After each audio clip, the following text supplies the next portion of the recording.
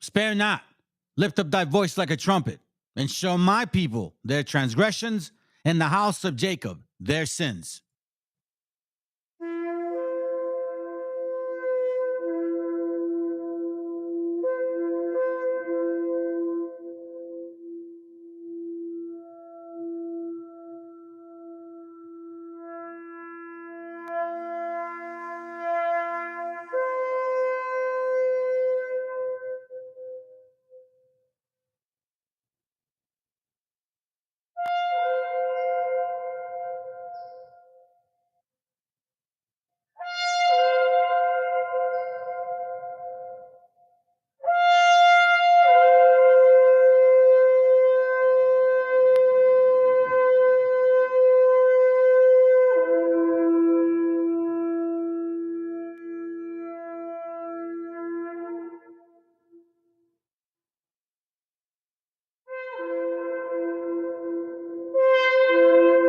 Copyright disclaimer. This content does not belong to Bible Chronicles or claim this intellectual property. The content provided today has and always will belong to the content owner. Bible Chronicles does not have any affiliation with the owner of this property. As mentioned, Bible Chronicles did not intend to make use of any material for the purpose of harvesting gain. However, Title 17 of United States copyright law states material and use can only be done when it's for theological or general educational purposes, and thus Bible Chronicles believes that this principal material falls under fair use, which honors protection under Section 107 of the same U.S. copyright. Those guys called ice, not the name on your beer. Got no chill, ain't nice, just some dollar store fear. Popping up like farts, right out of thin air. Collecting people like carts at Home Depot right there. They roll up slow in a beat-up van. Mirrored shades like some weekend clan. No badge, no name, just steroids and rage. Ain't upholding law, just what Trump done staged. Ain't no heroes, ain't so brave, just ice on draft. Third world thugs, playing at a thug stagecraft. No warrants to read, it's not their tune. Singing Trump's hits, Stephen Miller's goons. Ice cold like us, don't fake fights. No spine, no froth, just taking away rights. They banish your cousin, your boss, your wife. Just proud boys and powered mega low lives. You go to court like you're told to do. Next thing you know, they done came for you. In baseball caps and unmarked cars, with the law on mute and Constitution disbarred. One guy helped our troops abroad, spoke the lingo in the Afghan wars. Promised him shelter, gave him chains. Thank you for your service, now get on a train. Ice cold like buzz, don't fake fights. No spine, no froth, just taking away your rights. They banish your cousin, your boss, your wife. Just proud boys and powered mega low lives. One senator spoke out at a presser. They jumped on his ass like John Hinckley Jr. Can't interrupt good old DHS Christie unless she's in need of an antihistamine. And one state official stepped into the hall. Tried to do right, they made him fall. Didn't matter if it's courtroom air, ice don't knock when no one cares. Need diapers at Walmart, ice is near. Came for your green card, you'll disappear. Following procedure, they don't care. Fought for this country, way over there. Ice cold light like beach beer gone warm. All show, no soul and no uniforms. They puff like pirates, vanish like mist. Leave a line with your fear like a dictator's fist. Ice cold light like this is a stale, just melted pride. Americans who failed, they flex, they hide, flout laws in plain sight. The tiki torch feds of a Friday night. They ain't no rescue squad, just a bad bar fight. Ice cold light in a cooler spike.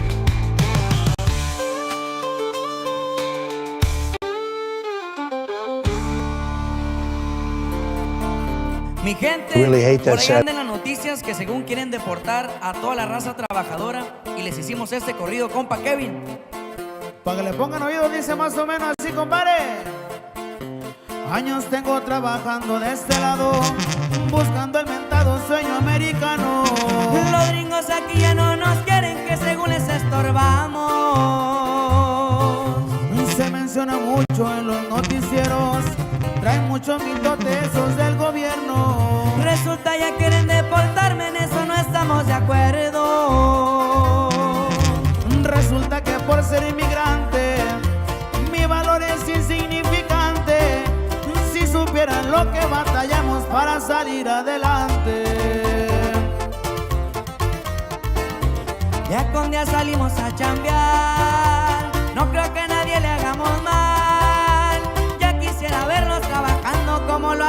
ilegal. ¿Y qué culpa tenemos nosotros los inmigrantes por querer buscar nuestros sueños? ¡Ánimo, mi gente! Y no se me rajen. Y así suenan los de la norte, compa Jesús Méndez. Puro elegante récord, mi viejo. ¡Ay, ay, ay!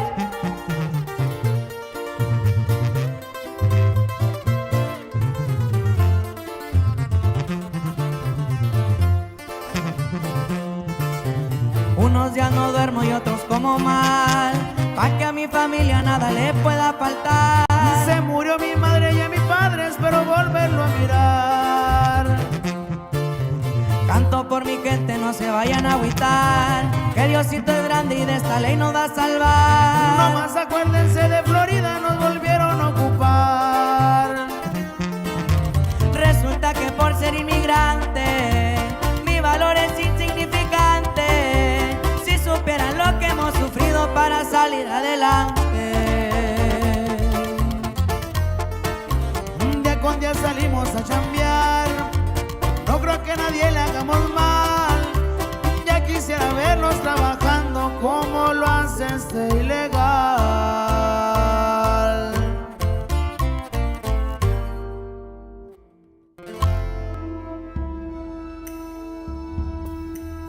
Mesta isukame Claudia Shemo ya utayu. Shabete ya komara javeni kenam pokayu tita pero yemu ku ak.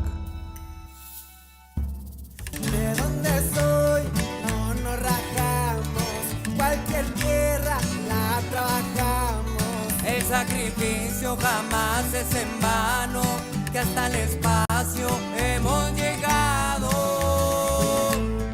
Where we are from no nos rajamos, and what we dream of lo realizamos. Gran paisano, hermano, amigo, soy mexicano. Y cambiamos de lugar, no de bandera. Verde, blanco y rojo lo llevo en las venas.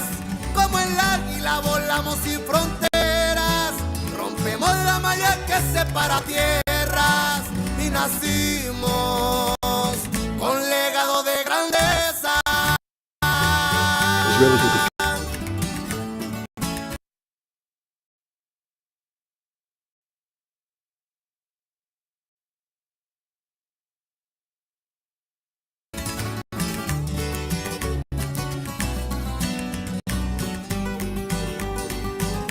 Extraño mi rancho, también mi familia, pueblo querido que no se me olvida.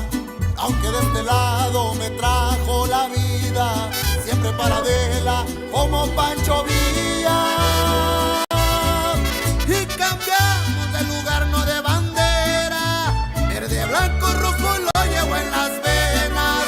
Como el águila volamos sin fronteras. Rompemos la malla que separa tierras.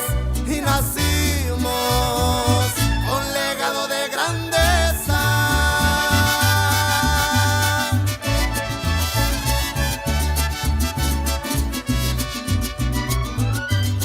A nuestras mujeres y madres inmigrantes, un ejemplo de fuerza y valor. ¡Y que viva México! Y aunque el acta diga americano, hay en puro mexicano. Y cambiamos de lugar, no de bandera. Verde, blanco y rojo lo llevo en mis venas. Como el águila volamos sin fronteras.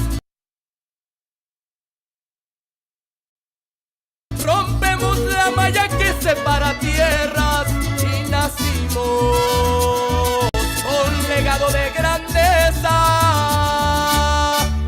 Y cambiamos de lugar, no de bandera. Verde, blanco y rojo lo llevo en mis venas. Como el águila volamos sin fronteras. Rompemos la malla que separa tierras. Y nacimos con legado de grandeza.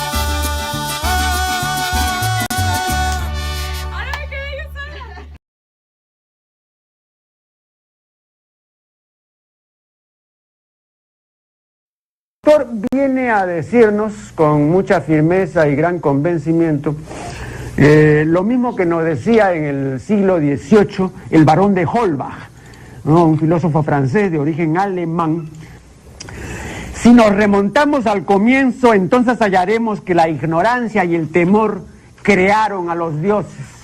La fantasía, el entusiasmo o el engaño los adornaron o desfiguraron. La debilidad les rinde culto, la credulidad los conserva, la costumbre los respeta y la tiranía los apoya para que la ceguera de los hombres sirva a sus propios intereses.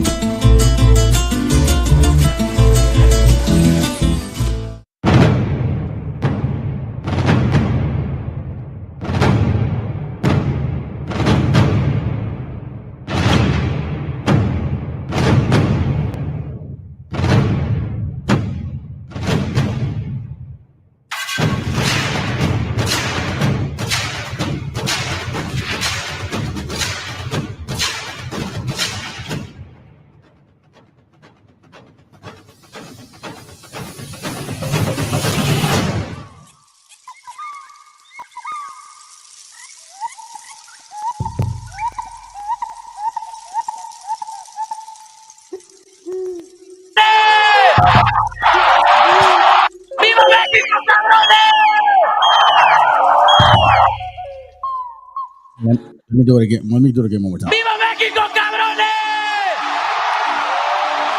I think the background sometimes gets in the way of things. All right, fam. Good to have you here. Good evening. Good morning. Good afternoon. There's a reason why I say it that way, too. Let me welcome you. Yeah, it's all good. All good that you guys. My bad, bro. Good to see you. Good to see you. I meant to call you, bro, and I totally forgot. And did I call? No, I don't think I did, man. Anyway, so that's my bad. What up, Brown Ray? Good to have you here. Dan Boat. And for you haters from the distance, it's all good, man. You don't got to say what's up. It's all good. I know that these are. What's going on here? Just a sec.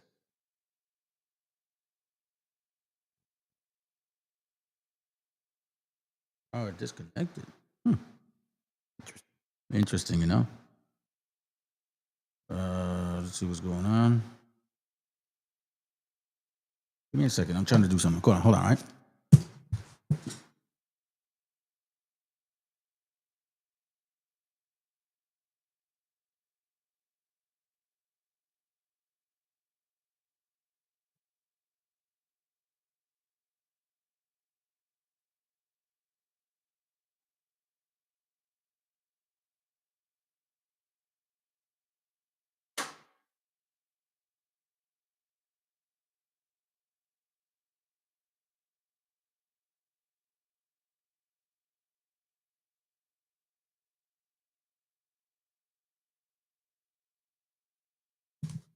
Bluetooth mode. Great. All right. So Bluetooth connected. my radio was off. I usually have music in the background. Hold on. Yeah, that's good. That's good. Okay. All right. Yeah, for the three of you that are watching, let's check this out real quick. Reap what you sow, or you reap what you sow. We're going to see some videos today, and I'm also going to read some stuff later on, okay? Because this goes for everybody. You reap what you sow. The shit that you planted is what's going to come back to you. See, remember, keep in mind, that's the way life works. Even scriptures talk about that. So let's just kind of give you a basic understanding of what this means. The phrase, you reap what you sow, is a proverb that means future consequences are inevitably shaped by the present actions. Who are you? Present or certain actions that pertain to your experience. or what you left behind as your legacy, so-called. In other words, the good and bad actions you take will eventually lead to corresponding outcomes. You see this?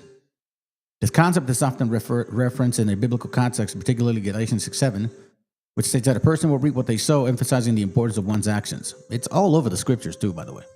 It's not just Galatians 6 and 7. It's all over it. You know what I'm saying? So, matter of fact, let's get that real quick. Galatians 6:7. Let's read it. Might as well. Galatians 6:7 says this: "Be not deceived, God is not mocked. For whatsoever a man soweth, that shall he also reap." This country, these people, you usurpers, you invaders, you colonizers, you reap what you sow. It was an unjust takeover. Yes, curse wise, of course, I understand that. But even scriptures say that you went too far. Like, you went too far. Like I said in this channel, and I've never lied, everybody had a chance to repent. Every nation did. And the scriptures talk about that currently, the children, right? The children, okay, of this world are much wiser than the children of men. Okay? So we read that scriptures in the past. Let me see if I can remember it. I was talking to a brother about it. Give me a second. Let me go back. Let me see if it's here. Hold on. Let me go back. Oh, I know where I put it. My bad. It's good. It's been so se me olvidó. Man, what's going on with my phone today? It's acting stupid. Let me see that again. Luke 16:8. Luke 16:8 says this. I'll read it in a simpler term. As a result, the master of this dishonest manager praised him for doing such a shrewd thing, because the people of this world are much more shrewd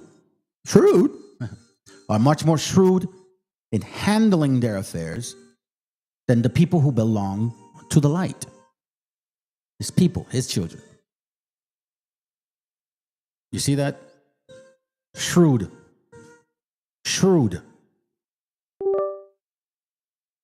What's that word mean?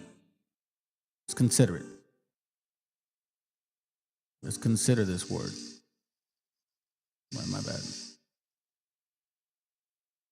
A lot of times we read over things and we don't look at what they mean. We don't pay attention to the meaning. It says having or showing sharp power of judgment or astute, supposedly. Piercing cold. That's it right there. Mischievous, malicious, que le vale berg. O sea, así bien frío, güey. You guys are very cold people. These nations of people are very cold. That's why I titled it, You Reap What You Sow. And it's not just, the Khazar here. We're also going to tackle, because there's two nations in this world right now. They are claiming to be somebody they're not. Revelation 2:9, it says, I know your trouble. I know that you are poor, but really you are rich. I know the evil things said against you by those who claim to be Jews, but are not. They are a group that belongs to Satan. It says it again and repeats it again in Revelation 3:9. There's different churches, okay? So he's talking about certain people. Two churches are going to deal with two types of nations claiming these things. Behold, I will make them of the synagogue of Satan, which say they are Jews and are not, but do lie. Behold, I will make them to come and worship before thy feet, and to know that I have loved thee. This isn't for par right here, family. When you read this stuff right here, it means like it's not up to you to force people to do this shit. You should not want this to happen to you. This is basically an embarrassment to them. It's a reminder and an embarrassing to them to put them back in their position. to remind them of how disgusting and sick and wicked they are. Because again, you reap what you sow. As far as I know, right? We've been lied to for a very long time. We've been told so many things. And then now, in this time of age, we are also told that we should ignore the things that we read now. You judge me for what I don't know, and then you judge me for what I do know. And again, there's 723 people that signed, subscribe to this channel, fam, and a good I would say 40% of them are 12 tribe chart believers. Two reasons why they listen is because they know I'm not lying and burns their spirit, and two is because they hope I fall. Those are facts. So let's begin. Thank you, Meshiacha. VTC, bro. Let's get this message out. All right, let's go. Let's begin. My grandfather lived here before your family got off the boat. They call us immigrants. But how can you immigrate to a place your ancestors never left? Long before there were borders, passports, or ice raids, our families were here, indigenous, mestizo, rooted in the land. Our great-grandparents didn't cross the border crossed them. Places like Texas, California, Arizona, and New Mexico. They weren't discovered, they were taken. They were Mexico. They were native land, and we've never left. You want to talk about who belongs here? Let's talk about the pueblos that stood before your first ancestor docked in Ellis Island. Let's talk about Nahuatl, Quechua, and Mayan languages spoken long before English existed. Let's talk about the fact that some of us have generations of graves in this soil, and you call us visitors? This isn't about hate, it's about truth. We are not illegals, we are descendants, and we're not going anywhere. We're not the invaders. We're the inheritance. I love that last part. We're going to go down the little line here real quick. Next message. I thought this was funny. I always forget to bring some stuff, but you know what? This is an interesting way to respond. If anybody pulls you guys over, now you know what to say. I'm an American citizen. You match the description of someone we're looking for. I bet I do. You got ID? Do I have ID? I'm an American citizen. You match the description of someone we're looking for. I bet I do. And you guys match the description of people that have been committing atrocities and discrimination against brown people for centuries. Here you go. What'd you just say? Oh, no, nothing. You'll see if you look up my record that I don't have any felonies, and I didn't have to get elected again to avoid further prosecution and jail time. Excuse me? Oh, no excuses on my end. I don't have any photos or videos of me partying with Epstein, like your boss does. Oh, you think you're real smart? Oh, no, my education was colonized, so I'm not that bright. Am I being detained, or am I free to go?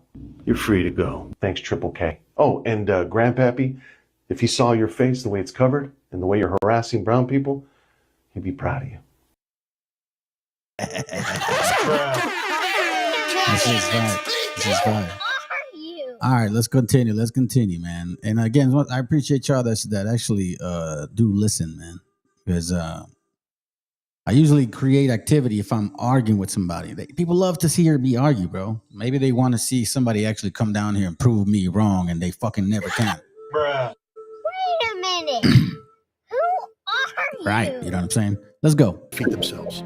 Look, today the world is waking up to the fact that Israel is a genocidal state, that its continued existence along the lines that it currently operates is incompatible with basic humanity, and the world is starting to come together and say, we need to stop supporting Israel, we need to block this. And in the United States, more and more voices are being raised, and people are recognizing the horrible reality of this genocidal state and the moral complicity of the United States, especially the pro-Zionist lobby that exists in America today, which has a kung fu death grip on the Trump administration through their various cabinet positions. The pro-Israeli crowd will become more and more isolated, and Israel will eventually collapse on the weight of its own crimes. We have an Israel that is economically damaged, I believe fatally so. I don't think Israel's going to be able to recover from the damage that has been done. And as Israel collapses economically, the sustainability of life in Israel becomes difficult.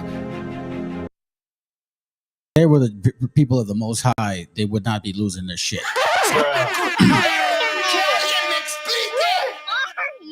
This is very typical of these people right here, and I'm gonna call them out today. Exactly, I'm calling out a couple people today, like I always do, man. I keep it fair. So you don't assume that it's just one side. I keep it fair and square. You know what I'm saying? So because what you guys are gonna hear, it's gonna, you know what I mean? It's not gonna blow your mind, bro. Because honestly, I've been sharing this a lot with you guys, and this is atypical for Khazars. Khazars aren't interested in Canaan, bro. Canaan is helping them out. They're not interested in that. They don't like us, man. Very simple. We are their biggest enemy, and you'll understand why. Let's go. Promise you will laugh nuclear at weapon the end. in a very short time. It could be a year, it could be within a few months, less than a year. Iran will have enough enriched uranium in a few months for 2 nuclear bombs. Today, the IAEA reports that Iran is accelerating its nuclear program. And yeah, I don't usually do video about the politicians, it's more like a fun videos that I make, but this clown right here, the short clips of him in different years, definitely can be a meme, so you can look. In a few years' time, Iran is guaranteed to have as many as 100 nuclear bombs. It's only a few months, possibly a few weeks. Atomic bomb, that's what he was holding before a they picture get of it, enough enriched uranium for the first bomb. This is not a hypothesis. It is fact. Iraq, Iran, and Libya are racing to develop nuclear weapons. Time is running out.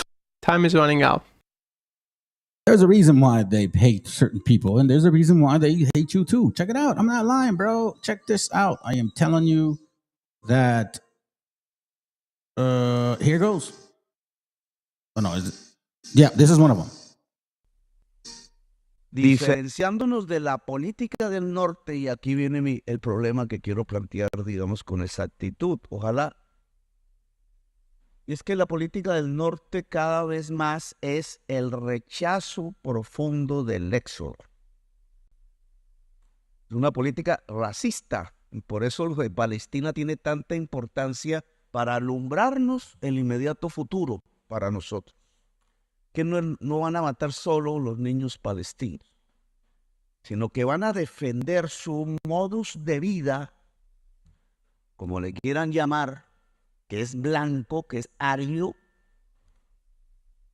que está basado en altos niveles de consumo, como todos ustedes saben, que hoy es un consumo que se construye sobre la muerte de los demás, porque es lo que provoca la crisis climática. Es decir, el consumo blanco ario del norte está acercándonos a la extinción de la humanidad a través de la crisis climática. No voy a explicar eso aquí. Otro tema, el cambio químico en la atmósfera. Y ese cambio químico en la atmósfera estimula el éxodo. Entonces, los problemas políticos y de inestabilidad de nuestros países, que ya arrojan una población que va hacia México, cada vez crecerán, pero por otro motivo que tiene que ver con la falta del agua, con la desertización, por el empobrecimiento, etcétera, etcétera, etcétera. Crisis climática que será respondida por el norte como en Palestina, quebrando el derecho internacional. No los van a invitar, no les van a permitir la entrada, ametrallarán y usarán campos de concentración. I brought this video out in a short. Actually, I showed this video in 2023. He said this November. Yeah, there it goes right there. November 2023. And it was at a Gustavo Petro, the president of Colombia. And they had met in Latino America, congregation, whatever. And he was basically saying that the example that they're seeing in Palestina, right? Like, back then, right? Is a microcosm of the macro development that's been going on here. You see what I'm saying? And he says, and guess what? After the decimation, and because these people of this northern area that literally took this land, okay? If you're not indigenous, you stole this fucking land. I need you guys to be very clear about this shit. You need to understand this. Every single one of y'all that came. Slavery might have been probably that applied to you guys maybe 100 years, if that, maybe 100 years. And those are facts. because segregation was probably for 40, 50 years. And that's a fact. Us indigenous have been going through this since 1490 fucking 2. And that's a fact. So as I'm showing you, what you reap is what you sow, right?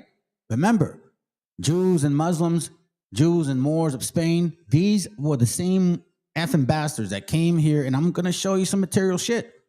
Because every time I keep it 100, people love to hate. They only like to talk about Edom, but never like to talk about themselves. You guys both had it. I'm telling you. So now, let's go back. You reap what you sow. Here we see a comparable in regards to, hey, man, what's going on over there in Palestine? You're going to see it happen here, because not only are these people like so demanding of drugs and necessity and all that, but their society is going to crumble. There's going to be lack of water. There's going to be this, there's going to be that. And guess what? When they get desperate, they're going to put you guys in concentration camps. Exactly what's going on right now. Donald Trump is sending people to Salvador. He's talking about opening up like Alcatraz. Now he's talking about having alligators and fucking pythons and like surrounding fucking jails and shit. Like what are you guys talking about? So now, keep in mind, you reap what you sow, right? So let's not forget what we just saw earlier. Netanyahu's here, so-called, right? They're realizing, this is what they're realizing. Supposedly now they want to paint the picture and say, oh, it's their fault, it's their fault. No, it ain't their. You guys are one and the same, bro. You're just finding out right now, Edom. You are Esau. You're just finding out, Esau, that, you're just collateral damage. And now all of a sudden you're like, Tartaria. Oh, the old world. Oh, we should unite. Oh, no. You reap what you sow. Israelis will defeat themselves. Look, today the world is waking up to the fact that Israel is a genocidal state, that it continued existence. This idiot doesn't know that 1776 was orchestrated and created with the functionalization of these people, with your people. You guys created Freemasonry, Kabbalah, all of that shit. Now all of a sudden it's a surprise to you? Stop it. There was a time where us Meshiacha, Indigenous, Hebrew brothers and sisters did not know how to read. We understood, we knew that we were limited in that type of knowledge, but never in wisdom, because that's what's actually where the power is. All we needed to do was just hear who we truly are first. First, you need to find out who you are. That's the first thing, before anything. You can't believe in things without knowing who you are, without knowing where your forefathers are from. You know what I'm saying? And for all you so-called natives, right, that don't agree with me, well, maybe we're just not the same people, man. Those are just fucking facts. I'm a Hebrew. And I'm a Hebrew, and I happen to be here for quite a long time, okay? Quite long time. So you're just going to have to deal with it. If you guys came later, that's not my fault. If you got a problem with it, then prove to me your historical facts. Because all I hear is about this and that, and nothing is actually proven. But everything that we've been proving in this book that we have and history that we share applies to the Hebrews. We got more weight on what we're finding, even through the Bible that you believe in, that the Christian people taught you. We can prove who we are before you can. So let's continue, because listen, once again, you guys don't need to realize who your real true enemies are. Let's go. Along the lines that it currently operates is incompatible with basic humanity. And the world is starting to come together and say, we need to stop. Come together. No. Stay in your lane. Stay in your lane. We don't want your help, nor do we want to help you. We already know what is about to happen. We see it. The scriptures talk about it. Watch the the fig tree, right? When you put it forth, leaves, and understand that summer is nigh, meaning summer is close. But again, I've said it before, the leaves, they start sprouting in December, in the cold. When all the leaves fall off, they start growing slowly in the winter. But that's not summer, because summer is not after winter, it's spring. So there's a little bit of time where we see the expedition of things. I'm sorry, the expedition. Let me just use the right word. The speed of time. How it's just everything's happening much quicker, like the contractions of a woman. Let's continue. Stop supporting Israel. We need to block this. And in the United States, more and more voices are being raised, and people are recognizing the horrible reality of this genocidal state and the moral complicity of the United States, especially the pro-Zionist lobby that Now Esau wants to wash their hands, like as if we didn't know any better. I mean, we didn't know them. No. Shut the fuck up. Shut up. Esau, your days are numbered. Esau, your days are numbered. Psalms 83 first mentions you mofos and everybody that follows. Remember, it starts with Esau and it ends with the Philistines. Do you understand that? Let's go. Exists in America today, which has a kung fu death grip on the Trump administration through their various cabinet positions. The pro-Israeli crowd will become more and more isolated, and Israel will eventually collapse on the weight of its own crimes. We have an Israel that is economically damaged, I believe fatally so. I don't think Israel's going to be able to recover from the damage that has been done. And as Israel collapses economically, the sustainability of life in Israel becomes difficult. Let me just say this to you. Once Israel collapses, so will the WASP. Because the WASP is this guy right here. Here's the WASP, white Anglo-Saxon Protestants, and these are the actual fake Jews, right? This is the WASP, this is the Jews, so-called, supposedly, all right? The self-proclaimed ones. When they fall, you will fall. Because you guys believe they're the real people. So when they fall, where the fuck is your God? What you gonna believe in? You see how Christianity is falling apart, fam? Comparing it to history and what it's actually going through. So now let me remind you why this is important to read and understand who these people are and what they believe in. Stop closing your eyes. It's like the movie Eyes Wide Shut. Your eyes are wide open, but you're like asleep, bro. Let's go. Que es un criminal sionista, lo digo abiertamente, él apoyó a Trump y es íntimo de Netanyahu. Entonces, cuando llegó Netanyahu a Dallas, Texas, que había un grupo de judíos o israelíes, no sé cómo se diga ya eso, le decían, oye, ¿por qué persigues tanto a los palestinos? Y les dice, los palestinos son para nosotros los israelíes lo que los mexicanos son para ustedes en Estados Unidos. Entonces los palestinos son para nosotros los israelíes lo que los mexicanos son para ustedes en Estados Unidos. Los palestinos son para nosotros los israelíes lo que los mexicanos son para ustedes en Estados Unidos. See, these self-proclaimed Jews are asking the WASP a question. And these self-proclaimed Jews say to the WASP, hey, listen, those Palestinians are our dear enemies like these Mexicans are to you, WASP. Do you understand what that means?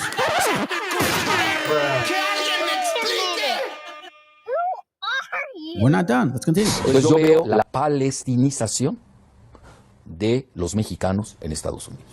Con todos los componentes. ¿Cómo? Con todos los componentes, porque primero Estados Unidos le roba el territorio a México, después le termina de construir un muro, después los ataques xenófobos y racistas por un componente étnico y religioso también. ¿Qué falta? Bueno, falta el último capítulo. Vamos a empezar a ver, hay que tenerlo en el escenario, una gran discriminación sobre los mexicanos. Eso a mí me queda muy claro. Y Estados Unidos, porque aquí la pureza blanca del WASP, el racismo, supremacismo, es igual que la pureza inventada de los nuevos judíos del siglo XXI, que ni son semitas. Lo digo con responsabilidad. Hoy uno llega a Tel Aviv y el 25% habla ruso. Son de origen házaro. Los házaros, lo digo también con definiciones puntuales. Glad that our people are starting to hear this real shit in Spanish, man.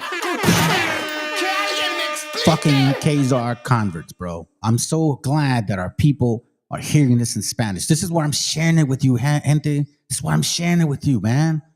Because remember, only in the last 100 years, that's a fact, that our indigenous, individual, or for the most part, indigenous, right? For the most part, indigenous people from Mexico, Central, and South have learned how to read. Do you understand what that means? In the last 100 years. Matter of fact, if you really think about it, in the last 70 years, were we really able to read and actually learn things in context?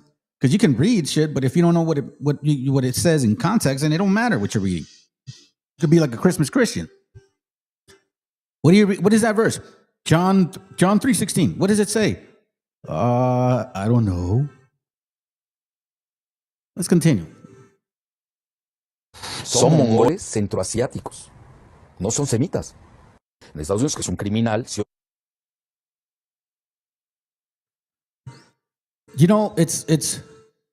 It's not that they can't see it, man. It's the hate behind the propaganda. These people, Esau and his children, they're very easily fooled, man.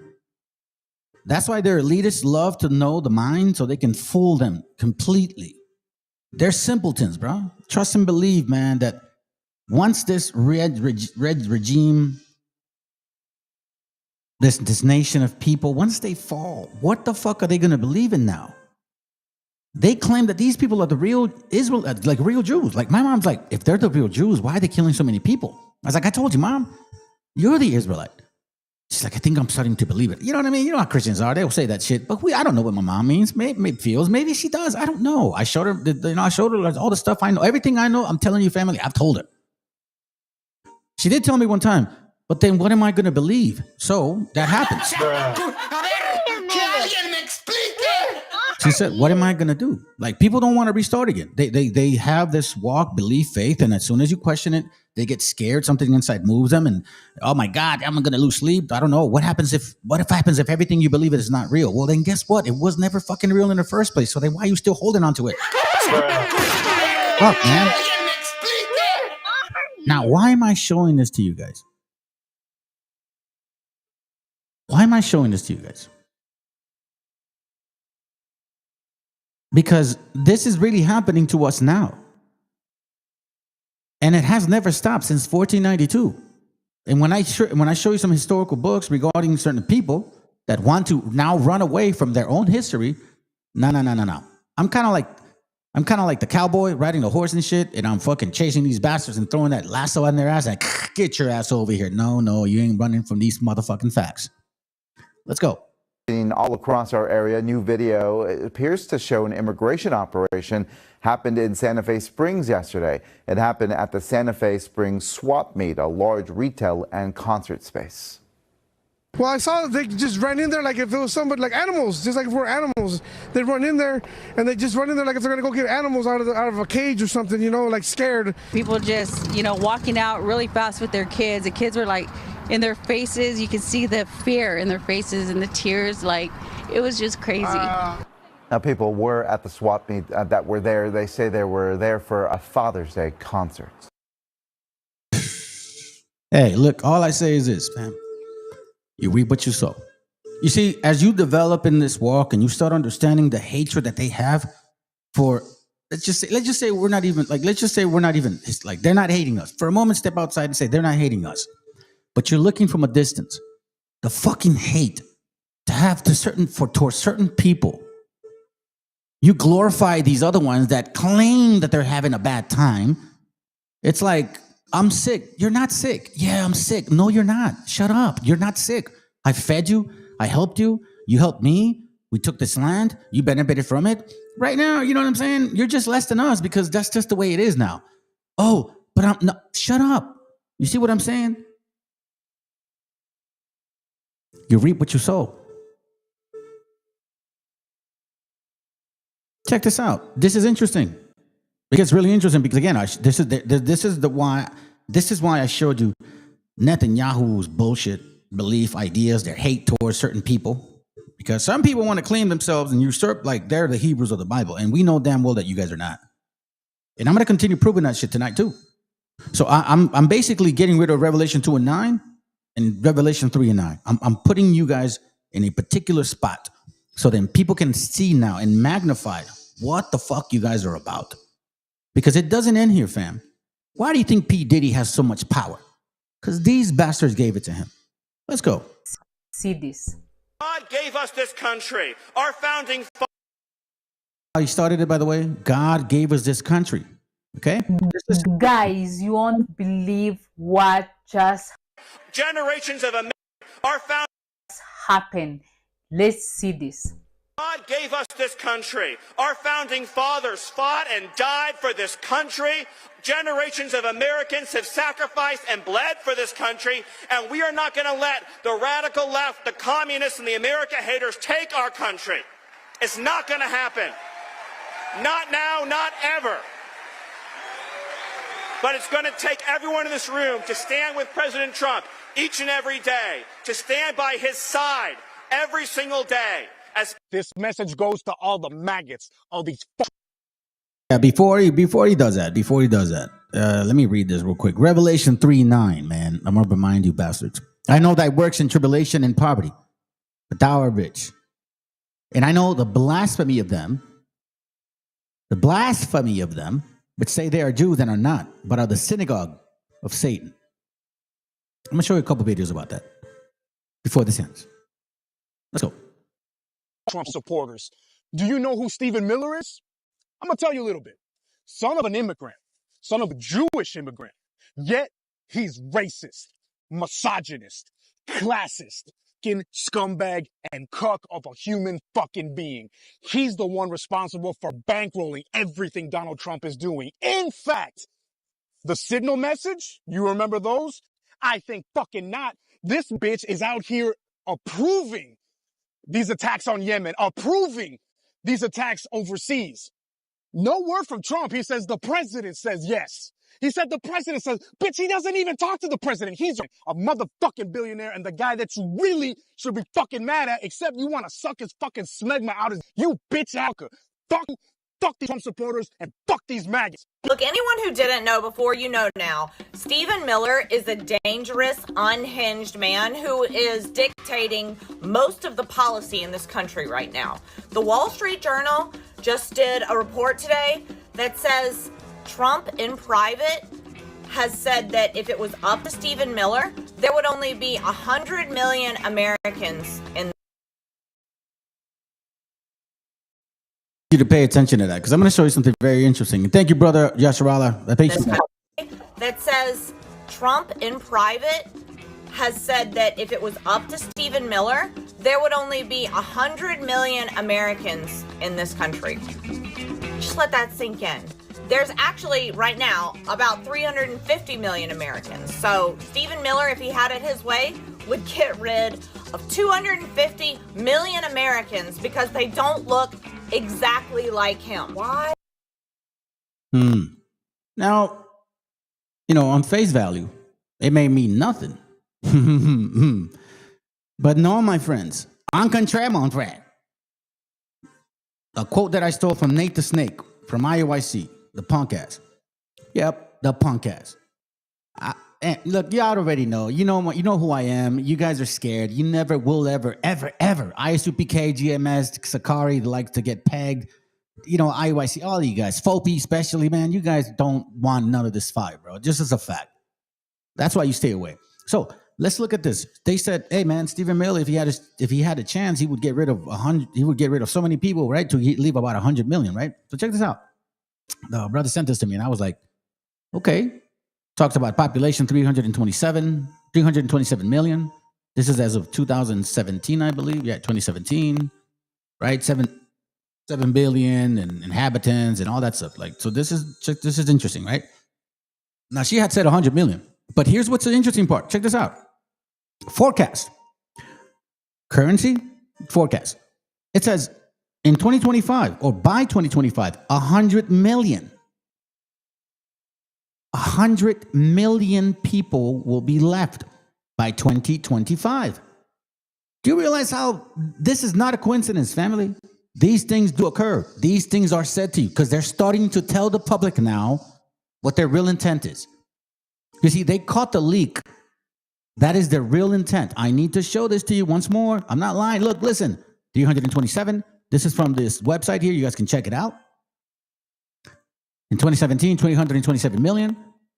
By population, by 2025, they want the population to be about 100 million. And what did we just hear them say? 150 million Americans. So Stephen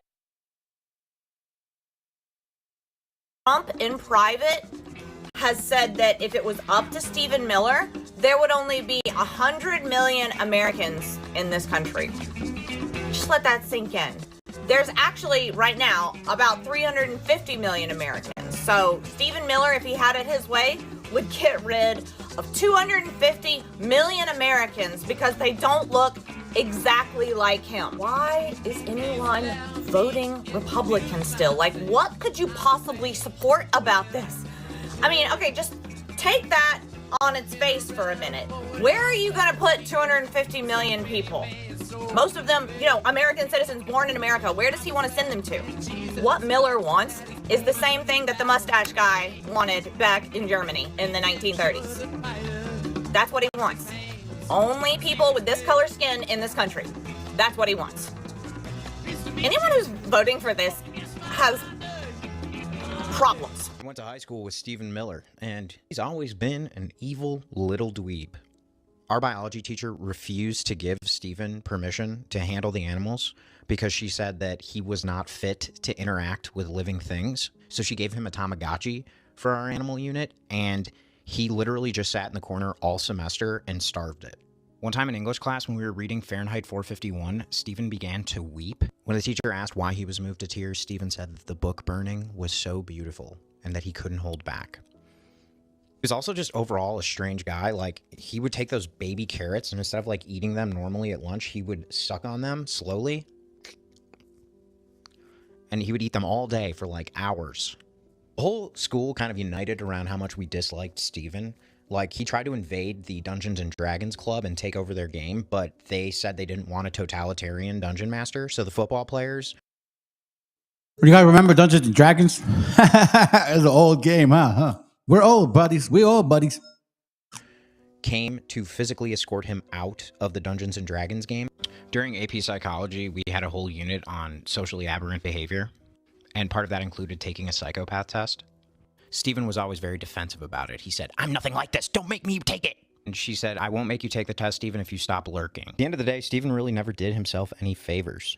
So he didn't get invited to a lot of parties. In fact, whenever we had a school party, everyone was invited except Stephen because he was so mean. So he would call the police and then show up at the house where the party was taking place. And then the police would look at him and say, "I see why nobody invited you to this party. We're not going anywhere. Please leave, you rat." So even So your days are fucking numbered. Fuck that puto.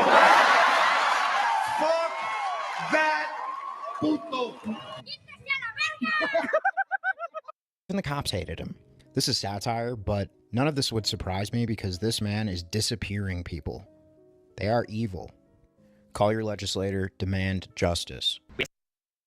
That's still that brother. That's because of him, bro. I'm like, I showed you the videos, man. The videos don't lie. They fucking hate us as much as they hate our brothers in Palestine.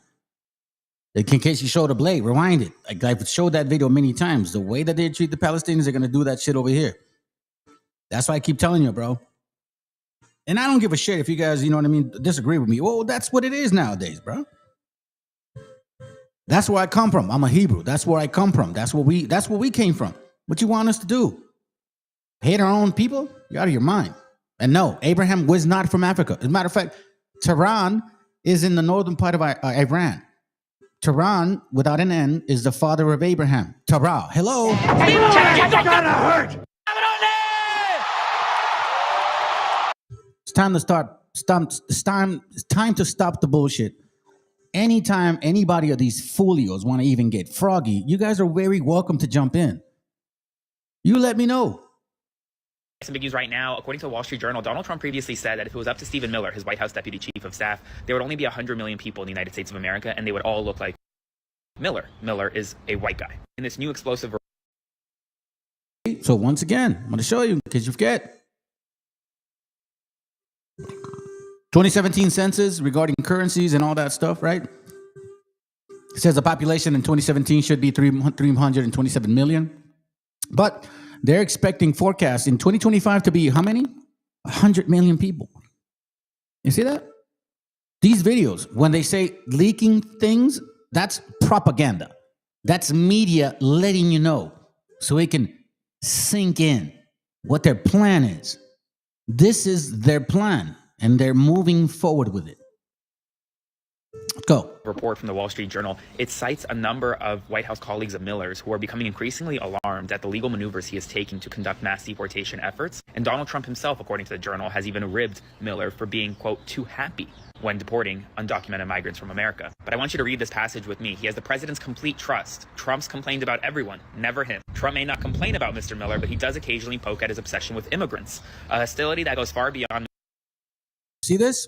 You see this? I need you to pay attention. Trump, listen, passage with me. He has the president's complete trust. Trump's complained about everyone, never him. Trump may not complain about Mr. Miller, but he does occasionally poke at his obsession with immigrants. Obsession with immigrants. Let me remind you again. I'm going to play it 100 times if I need to. Wake up. que es un criminal sionista, lo digo abiertamente, él apoyó a Trump y es íntimo de Netanyahu. Entonces, cuando llegó Netanyahu a Dallas, Texas, que había un grupo de judíos o israelíes, no sé cómo se diga ya eso, le decían, oye, ¿por qué persigues tanto a los palestinos? Y les dice, tanto a los palestinos, y les dice, los palestinos son para nosotros los israelíes, lo que los mexicanos son para ustedes, lo que los mexicanos son para ustedes, lo que los mexicanos son para ustedes. See that? You guys, I have been telling you this shit for several years now, man. At the beginning of 2023, I started noticing our relationship, our closeness to those areas, how we're still connected to certain people in that region. You consider the two sticks, you consider the two prophets that they hate the most in this entire world. They're not killing any other nation like that other than them. And here. No, Canaan, stay out of it. It's not this. Listen, I'm going to show you some books and you're going to get embarrassed. Let's go. A hostility that goes far beyond Mr. Trump's. In one meeting during the 2024 campaign, Trump said that if it was up to Miller, there would be only 100 million people in this country and they would all look like Miller. This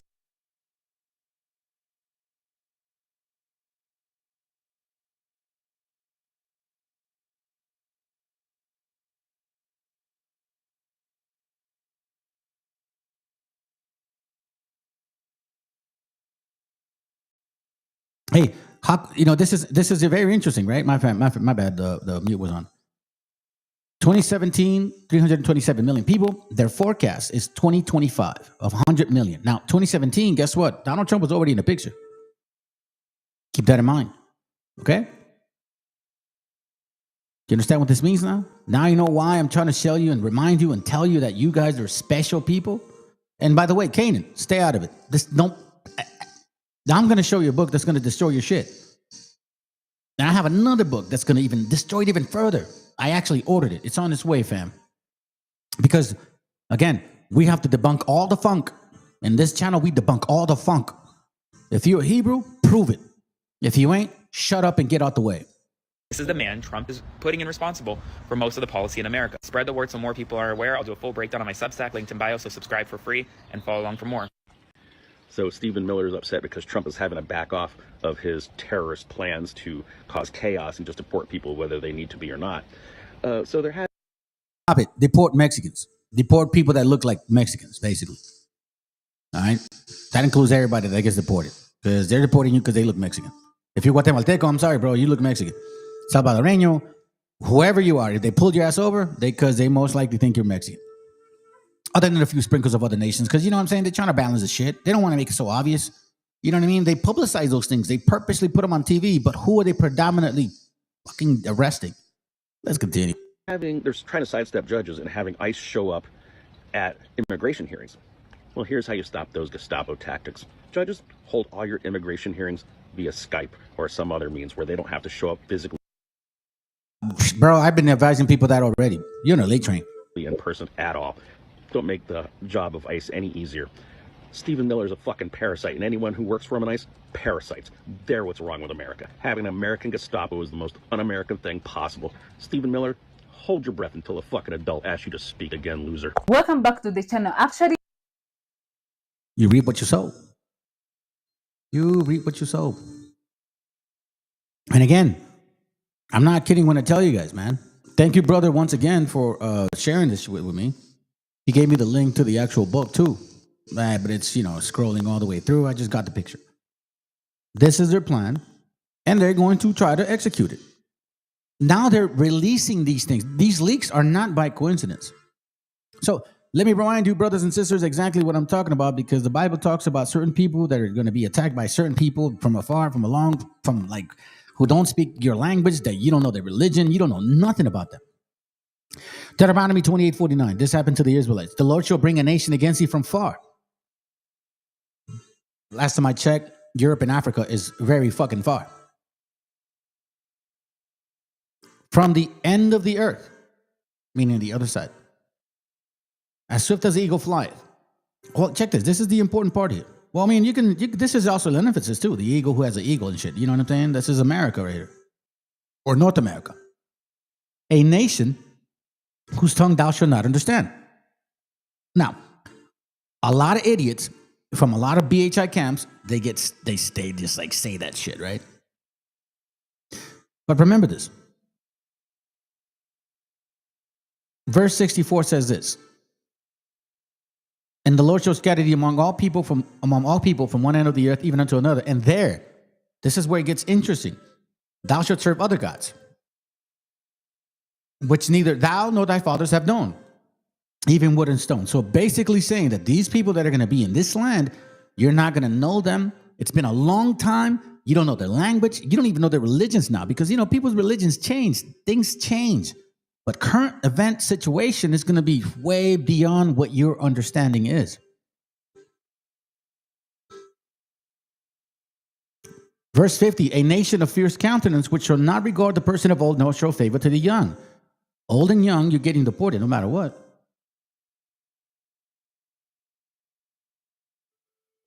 But let's continue. America. Are we shocked? The crazy part is everybody knew this man was a white Christian nationalist, and you let him in. He's even more far right and more far white than Donald Trump. Trump even recognized his obsession when it came to immigrants. Stephen Miller said if it was up to him, only 100 million people would be in the country. That is only white people. White people only. Yeah, Project 2025 is looking real fucking real now, ain't it? I wonder who's really running the White House now. Because Trump said that he wasn't going to fuck with farms and hotel workers, but he's in that ass now. And I don't think it was him. For once, I didn't even think it was him. For all you non-white people that voted for Trump, how do you feel now? You know what? This is where it gets annoying because you guys started this shit.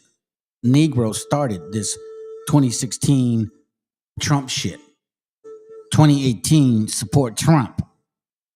I mean, your fucking Tario, whatever guy, the Afro quote unquote Cuban, he's a fucking Proud Boys leader. He's your people. Y'all going to call him Latino and then say Afro. Shut the fuck up. Stop it. We make sure that you guys are going to be reminding yourselves of who you are. Let's go. That they're trying to ethnically cleanse. Again, no empathy. No empathy. It don't matter to me. Kamala, fuck that bitch, man. She would have done the same shit. She would have still continued to be killing the people in Palestine. So I don't give a flying ass what you guys believe in. This is your checkerboard. You are just finding out right now. Us out of the fucking United States. I mean, it's gonna be real hard to get rid of black folks because, African Americans in particular, because we ain't got nowhere to go but here. But for everybody else, how the fuck do y'all feel now? You ever wonder what happened?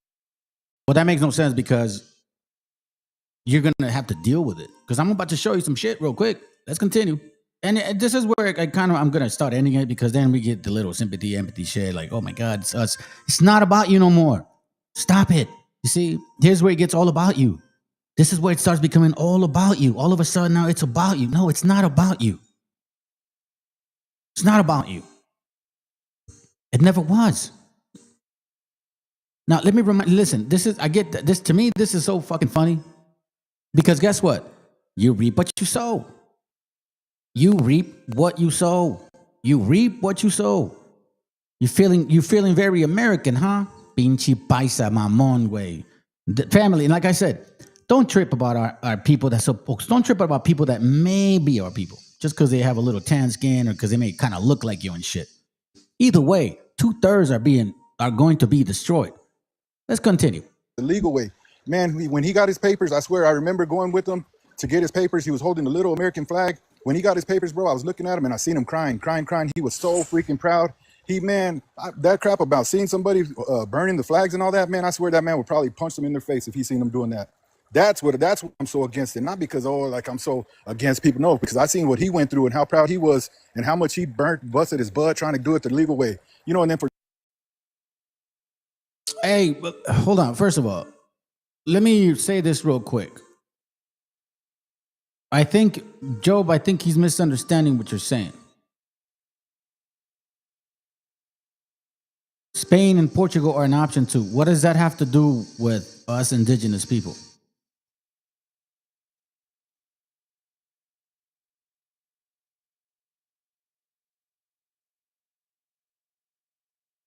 I mean, if you're claiming to be Spaniard or Portuguese, then we're not talking to you.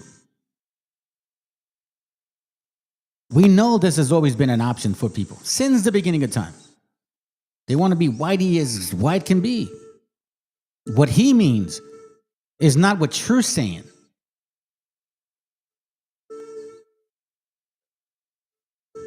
You're a little suspect on me, Volta. I don't know who you are, man.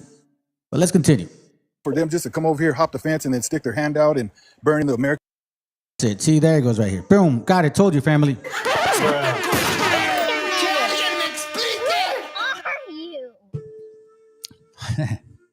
I always bring you demons out, bro. I just something I noticed, you know, the way you guys post shit, and you think I forget about the stuff that you posted in the past. Listen, I'm gonna tell you something about me. I'm like an elephant, man. Elephants don't ever forget. We have a fucking deep memory.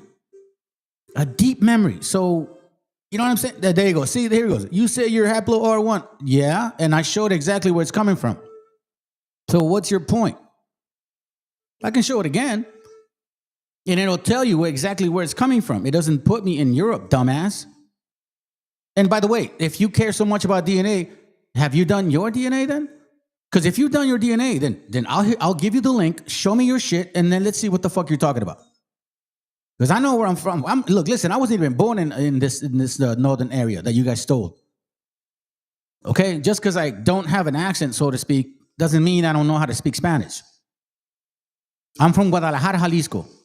I still know my roots. I still have family there. Okay, so what exactly is indigenous, Volta?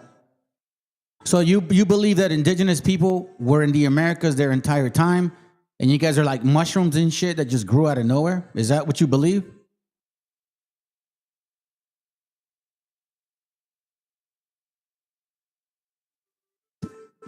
Ah, fuck, even worse.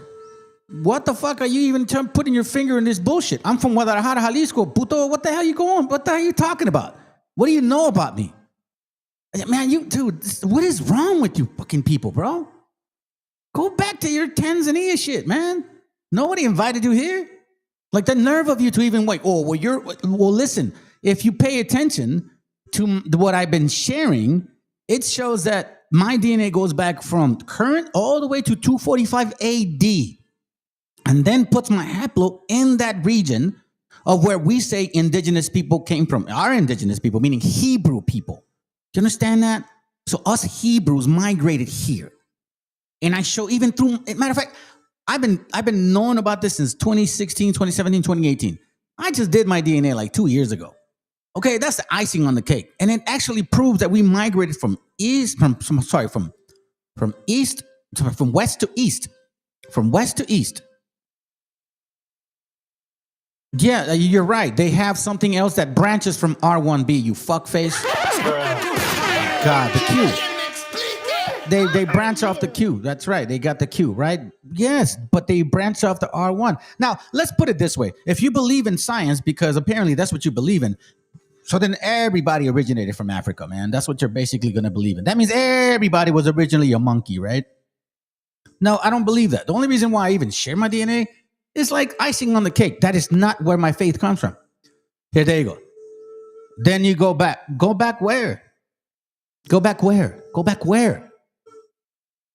See, this is how stupid you people are, bro. I don't even know why you're arguing with me. You're like, you're not indigenous. Fine. You're not even from the Americas. Why the fuck you care? And then you go, you migrated here, then go back. You see, nomás estás aquí para ser pendejo, cabrón. And I'm glad that I called your ass out because, matter of fact, Joe, remember I talked to you about, I don't know if maybe you, bro, or not, but I had mentioned this dude. I was like, I don't know who this Volta Vato is, but he sounds a little suspect, but I'll let him post some shit. Let's see. Eventually, you guys all fucking come out. Man, I tell you, I have a fucking way to bring you snakes out. All praises to the Most High for that shit. You let me know, bro, if you want to debate. But let me know what you want to debate, because apparently you feel froggy. You posted some shit. I don't even know why the fuck you follow. If you don't believe I'm an indigenous, if you believe I'm from R1B, why are you even listening to this shit? Why the hell even listen to it? You know what I mean? Like, don't you got better things to do? Go listen to your own fucking Tanzania people telling you lies and shit.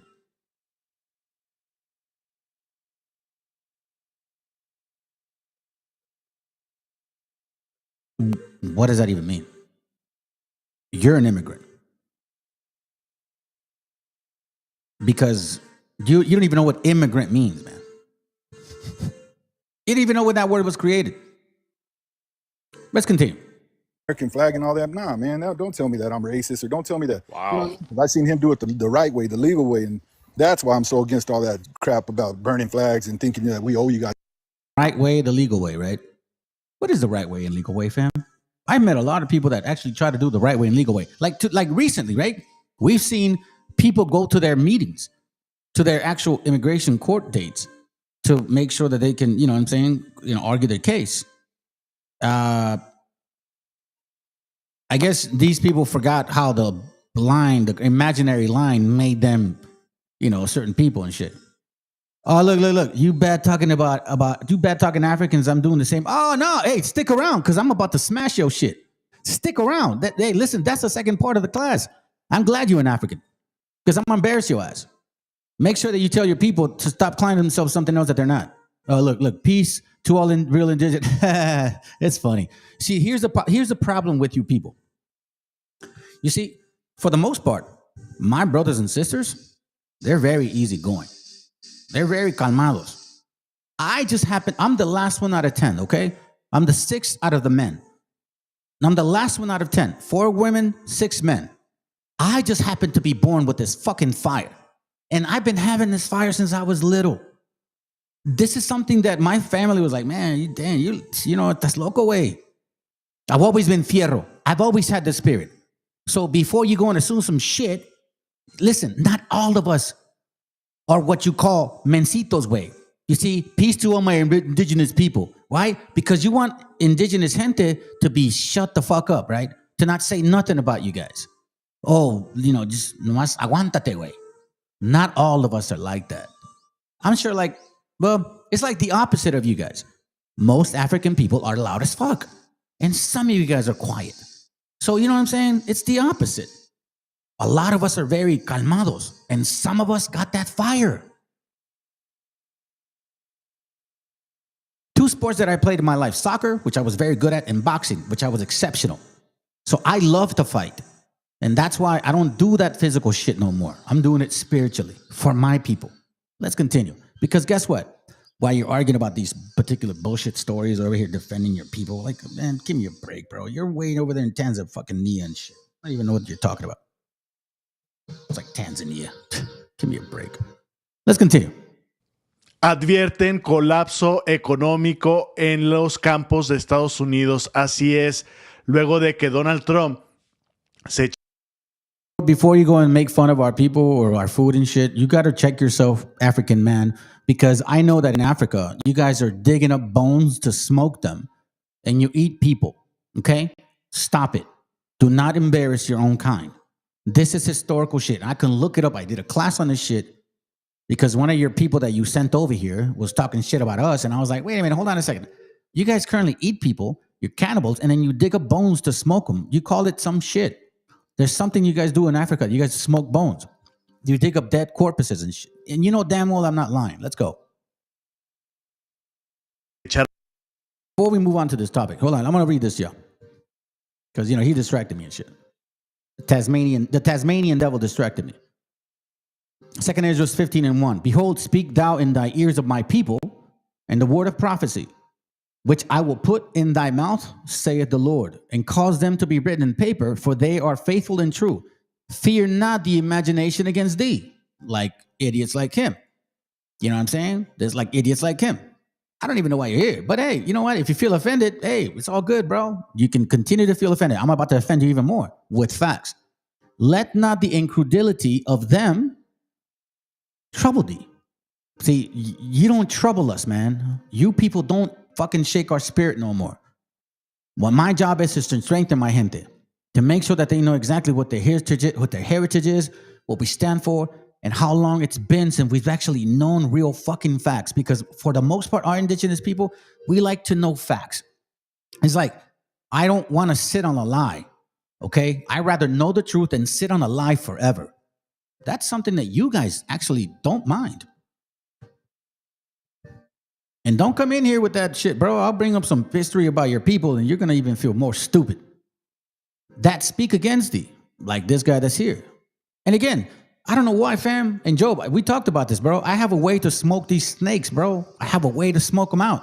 I have just a way to smoke them out, man. All praises to the Most High for that. It says, for all the unfaithful shall die in their unfaithfulness. Behold, saith the Lord, I will bring plagues upon the world. The sword, famine, death, destruction. That includes you, because you're a Hamite. You're not a Shemite. So remember that, Volta. You are a Hamitic. And for some reason, your butt hurt about it. For wickedness hath exceedingly polluted the whole earth, and their hurtful works are fulfilled. Therefore, say the Lord, I will hold my tongue no more as touching their wickedness, meaning like he's also going to put that spirit upon us, calling out everybody that's been bullshitting us, which they profanely commit. Neither will I suffer them in those things in which they wickedly exercise themselves. The nerve of you. Behold, the innocent and the righteous blood crieth unto me. You want to know why? Because while you're over there enjoying Tanzania and shit, my people are getting completely abused by a government and a system that your people created as well as them. You're part of these so-called African Americans, Volta. They're your people, and y'all will pay. And the souls of the just complain continually because guess what? Like I've said it before, I hardly ever pray for myself, fam. I usually just I usually pray for my people, man. Oh, God. Ham is you guys, bro. You're Ham. Mizraim, Cush, Put, Canaan, you guys are all Hamitic. Shut up. Now you don't want to be. Look at this shit. This is funny. Look at this guy. Ham is in Egypt and Samar. Nothing greater. Oh, dear Jesus. Not only are you dumb, therefore say the Lord, I will surely avenge them and receive unto me all innocent blood from among them. Why am I saying this? Because remember, it said this here. Where is it at? Oh, here goes. Verse 5. Behold, say the Lord, I will bring plagues upon the whole world, the sword, famine, death, and destruction. Let's go. Oh, hopefully you speak Spanish, dude. Era para atrás, donde había hecho el anuncio de que iban a terminar todas las redadas contra los mexicanos, sobre todo ahí en Estados Unidos, en las granjas, en las hotelerías, en los restaurantes, en las fábricas, porque les iba a pegar económicamente. Bueno, como les había comentado, esto fue pues una completamente mentira de Donald Trump para que no hubiese protestas el Día de la Bandera, que justamente también caía el día de su cumpleaños y que hizo un desfile militar por eso. Hey, you know what? I'm glad you said that, bro. All praise to the Most High. All praises to the Most High. Listen. I don't deny that. I'm glad that you said that, Hamite. I'm so fucking glad you said that. Because you want to know what the Bible says about certain people? Deuteronomy 4:38 says this. Let me remind you, to drive out nations from before thee, greater and mightier than thou art, to bring thee in, to give thee their land for an inheritance. It is this day. You're right. You guys are strong. You guys are fast. You guys are big. You're right. I don't take that shit from you. I'd rather have wisdom. And I'm going to tell you something. I was very athletic. And when I got in that game, a lot of you couldn't handle my shit, okay? So before you go on and say anything else, be quiet. Yeah, and guess who started speaking Spanish first, you dumbass? Dude, I'm going to embarrass you fucking dumbass Africans, bro. I'm going to embarrass you, bro. You're walking into my fucking setup. You literally are proving my class. Oh, praises to the Most High for that shit, bro. Esto, y pues para que se bajaran las calmas, ¿no? Que se bajaran las aguas y no hubiese protestas, que se comenzó todo en Los Ángeles por la comunidad mexicana, claramente, porque pues están yendo contra nuestros paisanos, nuestros mexicanos que están allá trabajando humildemente, y como ustedes pudieron ver al principio de este video, pues los andaban persiguiendo hasta en los campos mexicanos, hasta en los campos a nuestros mexicanos que trabajan allá. Y bueno, las autoridades y grupos en Estados Unidos están advirtiendo que esto va a ser un tremendo golpe para Estados Unidos y va a colapsar. Se van a morir de hambre. A eso le está apostando Donald Trump y no les estoy exagerando nada. Estas son las notas. Mano de obra en riesgo, redadas migratorias dejan vacíos en campos y obras. Y ahorita vamos a ver a cuánto les puede pegar. También aquí les he mostrado a ustedes un video donde están los empresarios, los dueños de estas granjas en Estados Unidos mismos, son gringos que dicen, miren, si ustedes quieren morirse de hambre, si ustedes no quieren tener ninguna fruta o verdura algo en su mesa para comer, bueno, entonces sigan apoyando esto. Ellos mismos dijeron que votaron por Trump, pero estas medidas claramente se están pasando de lanza, están siendo muy... So let me remind you of something. 30% of the actual agricultural production that is supposedly be exported to other countries, they're not able to do that. So that's why I did this class, because in the last 2-3 days, I was noticing videos coming out saying about the farmers in Mexico are exporting a lot of their product, a lot of it, right? And I was like, what the hell? But then I started looking at some stuff, and then next, I found some shit. It's going on, fam. That's what I'm telling you. Be ready, or, well, I already said this before. Let's go. Muy extremas, los están tratando como pues personas realmente malas, que no lo son, pero así. Hey, Joe, this is very typical. It's funny, man. You guys all act the same no matter where you're at. One thing that you guys always resort to is name calling. And you think that by name calling and shit, you're going to make people feel bad or some shit. You got to come with some more. You got to come with some scholarly shit, man. This is funny, bro. You guys are acting. You guys are like this over there and even here. Andan los de ICE, así andan los de migración, encapuchados, andan haciendo tácticas diferentes pues para poderlos capturar. Los tratan como criminales, esa es la palabra que anda buscando. Las recientes redadas migratorias en California y Texas han generado una crisis silenciosa en sectores clave de la economía estadounidense al provocar la ausencia masiva de trabajadores migrantes. Escuchen bien, especialmente mexicanos que temen ser detenidos y ya han sido deportados. Y pues les está pegando a los estados grandísimos donde pues hay claramente muchos mexicanos y que depende mucho esta mano de obra que no la tienen, porque si aumentan los precios, aumentan el pago, estos granjeros para que trabajen. Hey, Joe, leave him alone, bro. He's just an idiot. Let's go. Just leave him alone, bro. Don't even worry about him. Gringos, blancos, negros, no lo van a hacer porque no la tienen, porque si aumentan los precios, aumentan el pago, estos granjeros para que trabajen gringos, blancos, negros, no lo van a hacer porque es trabajo pesado.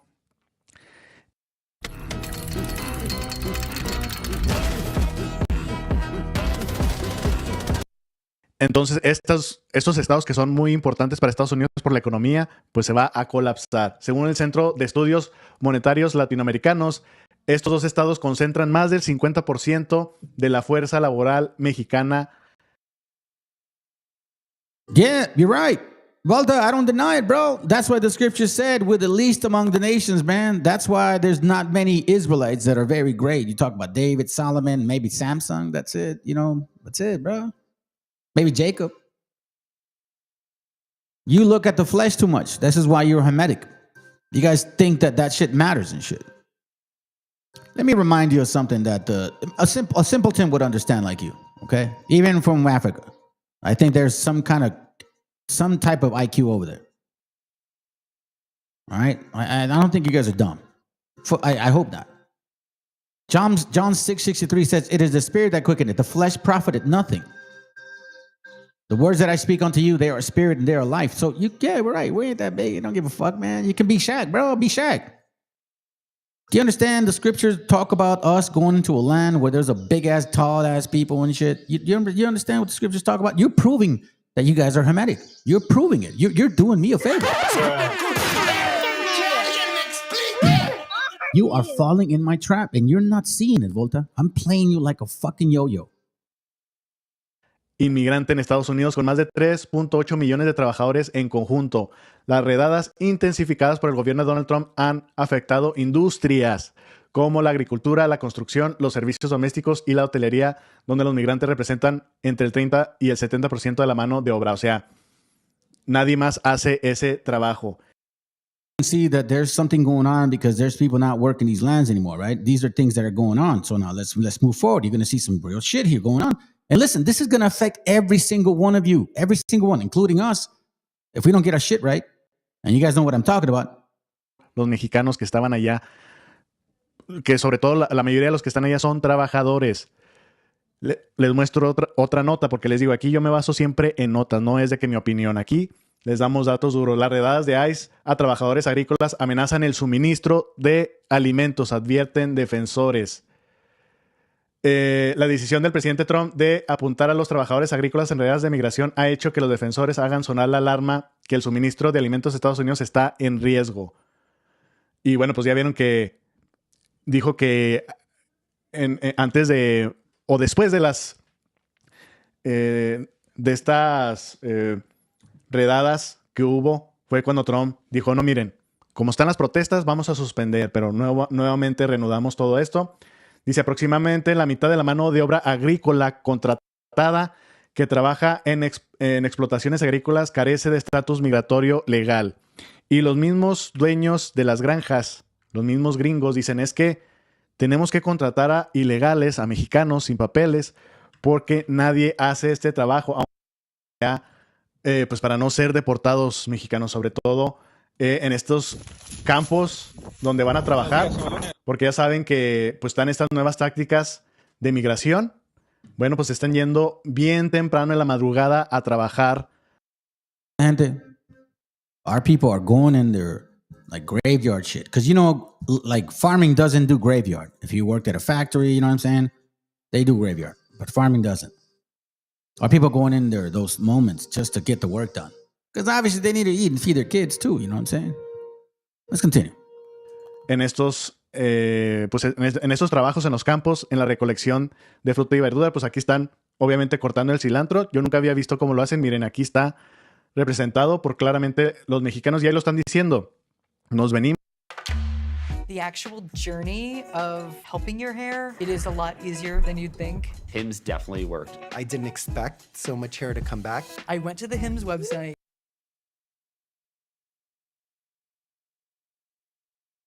Venimos en la madrugada porque aquí no andan los de ICE ni los de migración. Y bueno, dicen, pues oigan, no empiecen a poner más de estos videos porque Read it, so I'm going to move to the next video. Algunas granjas podrían no recuperarse de las redadas de ICE, afirma un agricultor de California. Do you understand what it means?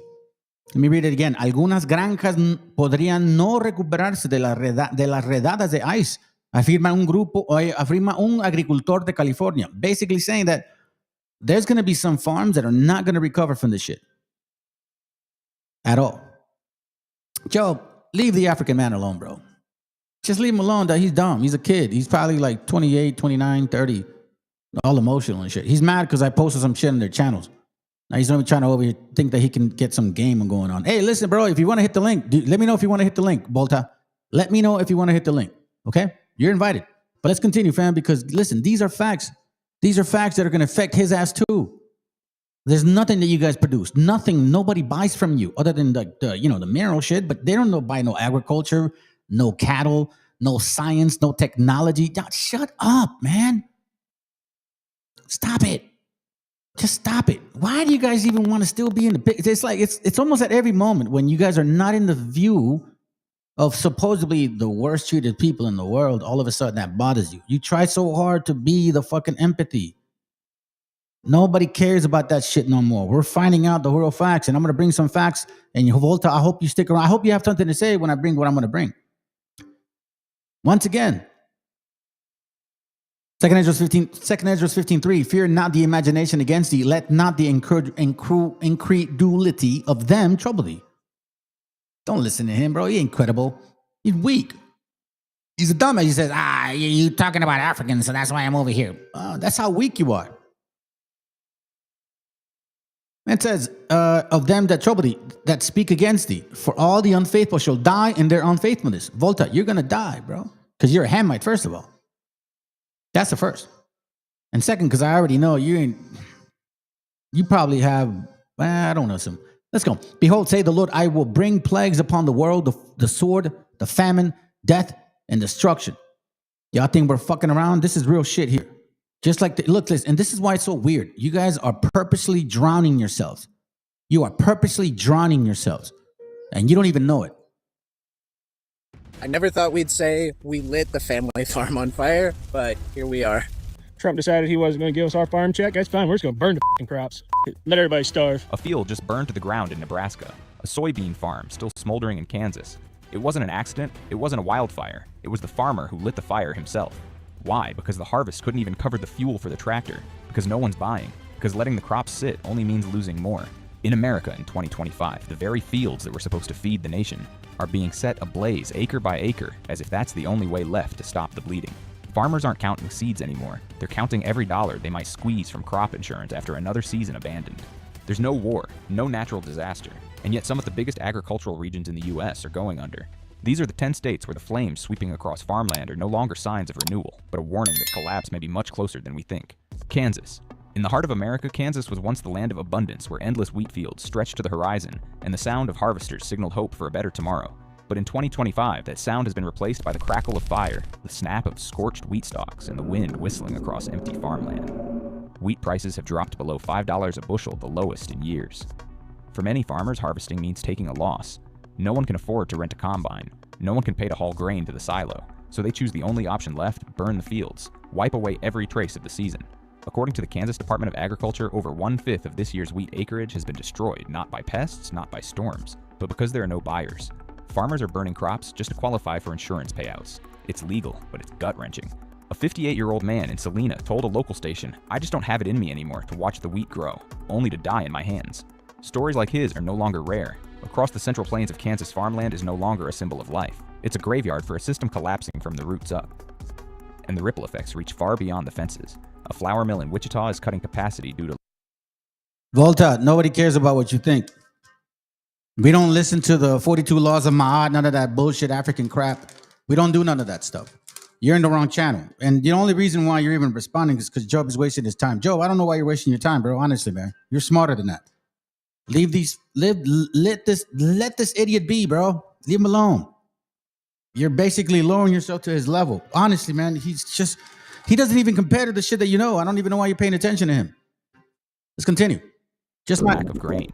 Just a my packaging advice, company bro. in Hutchinson has canceled contracts with 3 local print shops. A rural bank just shut down a branch due to a wave of farm mortgage defaults. The most alarming part, no one is talking about next season anymore. Some families have put their land up for sale. Others have shifted to renting out their machinery.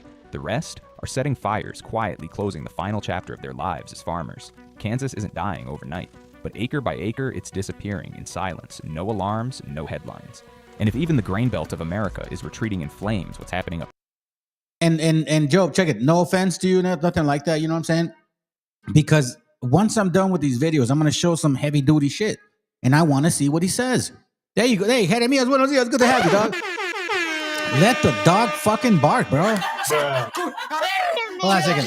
Hey.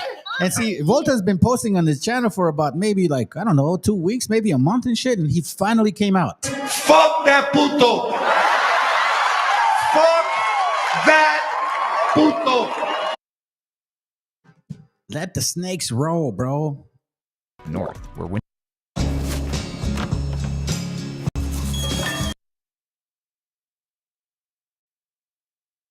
harsher and debt has already pushed farmers beyond their limit.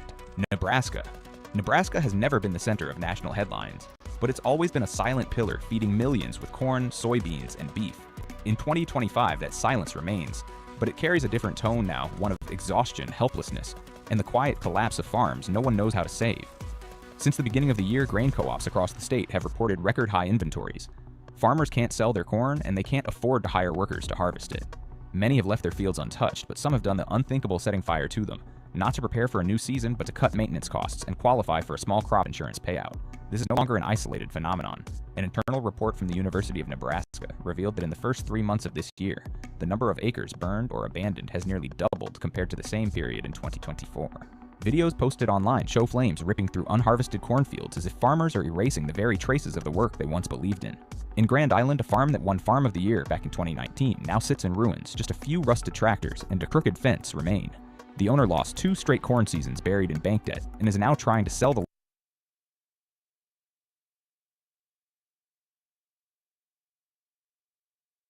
Let me remind him and shit. Let me remind him about what's going to happen to Africa.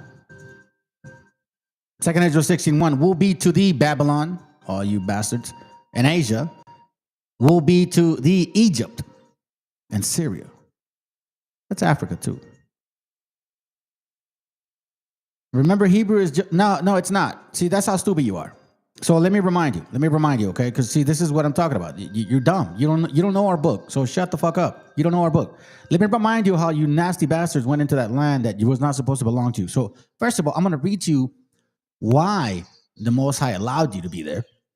And then I'm going to show you how this became a so-called Canaanite land, okay? Because apparently you don't read. Matter of fact, you know what? No, let me not do that. I'll show you the verse first. Let me show you real quick. I think it's time that I fucking put you Hamites in check. Because I don't even know why you're here, to be honest with you. But hey, you know what? You want to be here? That's fine. It's fine with me.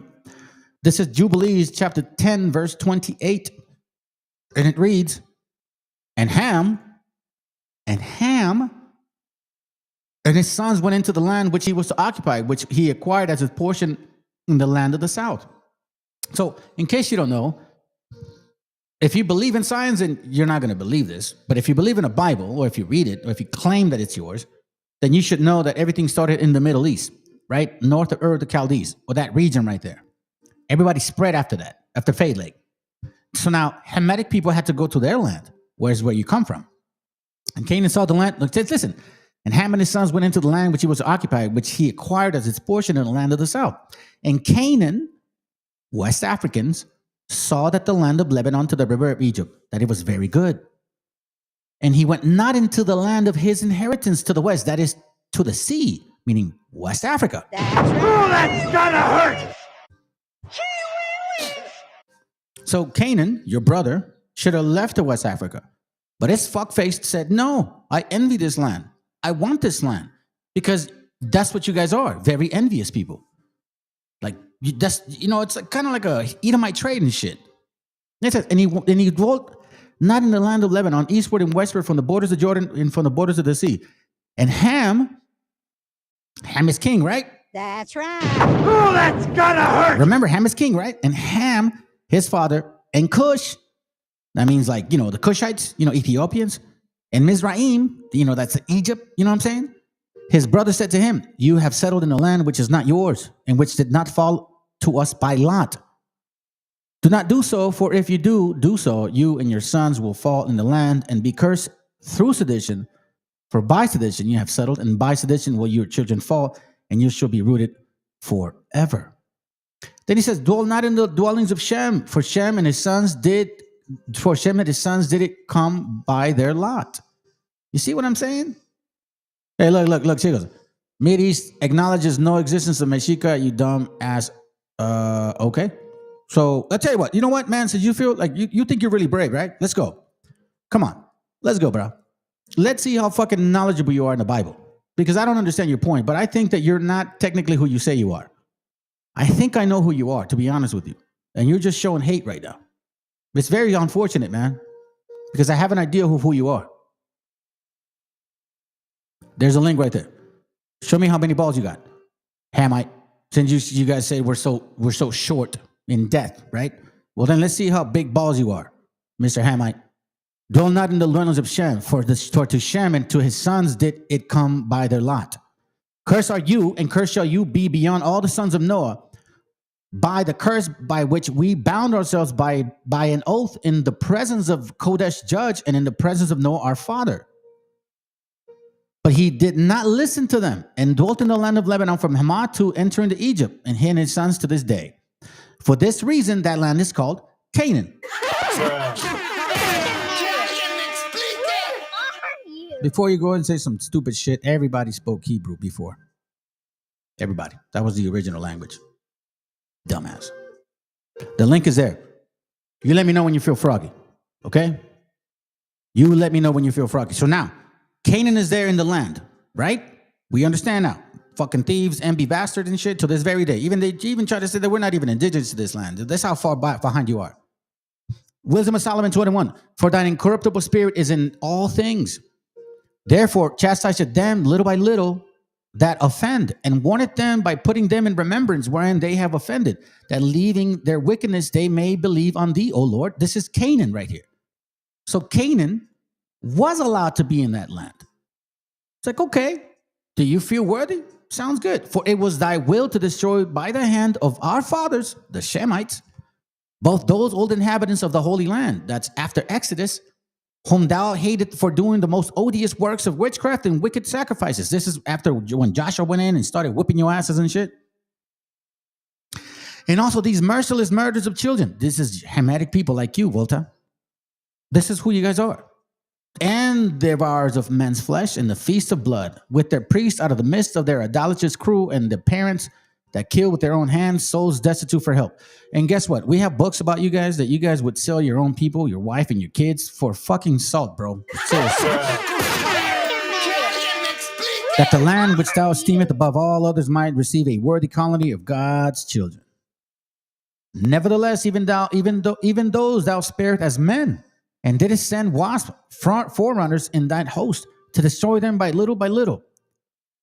You see this? Little by little. Not that thou was unable to bring the ungodly under the hand of the righteous in battle. You see what I'm saying? He knew you guys were ungodly. But he's like, let me see if I can help them. Or to destroy them at once with a cruel beast or with one rough word. But executing thy judgment upon them by little and little, thou gavest them a place of repentance. Y'all had the chance too. Not being ignorant that they were all naughty generation. They were all a naughty generation. Y'all are just wicked ass people. That their malice was bred in them, and that their congregation would never be changed. For it was a cursed seed from the beginning. Canaan. Neither did it thou for fear of any man give them pardon for those things wherein they sin. So yeah, that's why the land was called Canaan. Because you guys shouldn't be there.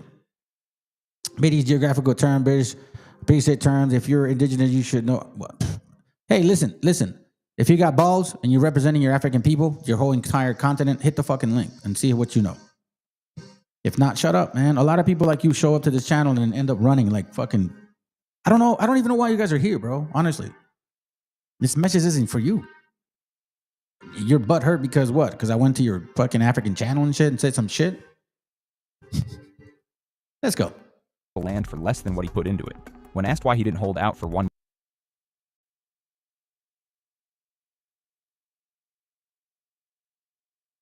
family, you want to know something? This guy's not from Africa. Like, not legitimately. This dude is did Fopi send you? one more harvest, he simply said, I can't let my son grow up surrounded by the rubble of my hope. Behind every scorched field is a ripple of. Here we have two plates of fries, one made by a real person and one made by Flippy, our AI-powered fry station. Effect. A feed mill in Kearney has cut its workforce by 20%. A corn drying and storage company in Columbus has shut down operations entirely due to lack of supply. In small towns, people are beginning to see it clearly. When the land stops producing, everything else starts to rot with it. No one ever imagined Nebraska would become a symbol of the downfall of American agriculture. But this land, once considered the most stable, is now proving a harsh truth. When supply chains stall and buyers disappear, even the strongest ground can turn to ash. And now as Nebraska's cornfields fall silent, another land harsher, drier, once proud of its cattle and crops, is entering a far more brutal fight. Texas. If Nebraska is collapsing in silence, then Texas is collapsing from sheer exhaustion. Once a proud land of cornfields, hay bales, and the largest cattle industry in the country, Texas now finds itself caught in a brutal spiral, erratic rains, sudden floods, soaring input costs, and worst of all, a farm market that simply isn't responding. Across South and West Texas, ranchers have been forced to burn off pastures once used to feed their cattle just to avoid the rising costs of upkeep. With every acre that goes without water, farmers face a cruel dilemma: pay to save the grass or burn it to save the ranch. In the Rio Grande Valley, once hailed as the watermelon and citrus capital of Texas, entire rows of trees now stand blackened and brittle from drought. Irrigation systems have failed under the pressure. In some counties, water deliveries were slashed by 45% throughout March and April, making it impossible for growers to sustain their crops. The outcome: many resorted to the fastest, most desperate solution: clear it all with fire. You know what's weak? The fact that you've been posting, you're still posting, and I give you the link and you don't fucking hit the link. That's what's weak. The nerve of you to say that. You're a kid, bro. You're probably around 28, 29, maybe 22, 24. I think you're a young kid. I can tell now. You're around, I'm probably giving you too much age and shit. You're probably like 19, 20, 21, 22, 23, 24. Somewhere in that five-year range and shit. I can tell by the way you type and communicate. It's pretty crazy and shit. Hey, good to have you here, bro. Well, yeah, I don't know, bro. There was about 18 people watching it for study and shit, and then they kind of just popped out. What up, Chris? What up, dog? Yeah, look. Ami 1B, you got way haplo. Okay. Matter of fact, after this, I'm going to show you. I'm going to show you this. Let me finish the whole, class, because I want to see if he can say what he's going to say once I show what he's going to see. Because a lot of you Canaanites always run when I show facts. It really bothers you. You're in the right channel, man. If you like to get your spirit shook, you're in the right channel, bro. Meanwhile, cattle ranchers are suffering a double blow: no grass to feed the herd and no demand to sell the meat. Processing plants have cut capacity as market prices tank. More than 9,000 head of cattle were sold off in just 3 counties in West Texas, according to the state's Department of Agricultural Resources. A rancher in Amarillo told a local paper, "I'm not burning because I want to. I'm burning because I can't stand watching this land die quietly." Then he got on his tractor and drove out to the field, just like so many others choosing to set free the only asset they've spent their lives building. Now the pain is rippling beyond the fields. Workers in packaging plants, cold storage facilities, and transportation hubs are starting to feel the squeeze. A produce logistics company in Lubbock cut 40% of its delivery routes due to lack of supply. A livestock feed plant in El Paso temporarily shut down after orders dropped by more than half. Texas doesn't know how to surrender, but in a land once defined by sun grit and red soil, symbols of endurance, what remains now are darkened plains, scorched grass, lifeless trees, and people who no A couple more minutes and that's it. longer have anything left to hold on to. But while Texas farmers are burning their way through despair farther west, another region once fueled by rich soil and high-value exports is now facing a very different kind of shock. California. California has long been known as America's golden fruit basket, producing over 13% of the nation's total agricultural value. But in 2025, a different reality is taking root. Almond orchards, vineyards, citrus groves are being left behind. Not because farmers have forgotten how to grow, but because they no longer have a reason to keep going. The cost of irrigation has surged by over 40% compared to last year, according to data from the California Farm Bureau. Amid an unrelenting drought across the Central Valley, many growers are forced into an impossible choice: pour money into keeping the crops alive or tear them out and cut their losses.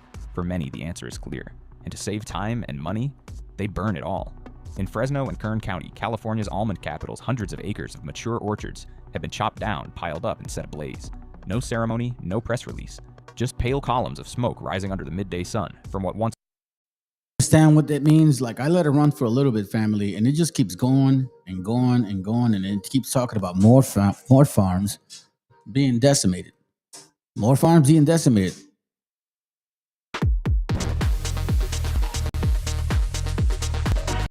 Here's a personalized plan of 7 community that wants to find Iowa is starting to fracture. Co-op meetings are nearly empty. For sale signs line the highways. People don't talk about the harvest anymore. They talk about when they'll walk away from the land. Iowa hasn't gone up in flames like the western states, but the cold taking root in the hearts of its farmers may be even more dangerous. Notice that the majority of those lands were on that other side of town, right? The other side of town. So now let's listen to this real quick. We'll keep going, bro. Hey, let him be, bro. Let's see what he has to say with the stuff that I'm going to share, because that's part of the second section. I'll probably go a little bit extra and then that's it. Hace muchos años, varios gobiernos, que en México está prohibida la producción en el territorio nacional de maíz transgénico. ¿Por qué se prohíbe la producción de maíz transgénico en México? Por 2 razones. Una es de carácter científico. Un maíz transgénico es un maíz en el cual se toma un gen que no es de maíz, sino de otro organismo vivo, típicamente una bacteria. Se le saca un gen a esa bacteria y se mete dentro del maíz. Una vez que está dentro de ese maíz, ese gen en el polen del maíz, con el viento, puede llegar a nuestros maíces criollos. ¿Y qué tiene que ver eso? ¿Por qué eso es importante? Porque nuestros maíces criollos, Guillermo, son la mayor reserva, no de México, del planeta, de diversidad genética del maíz. Y el maíz es uno de los 3 cereales de los cuales depende la alimentación del mundo: maíz, trigo y arroz.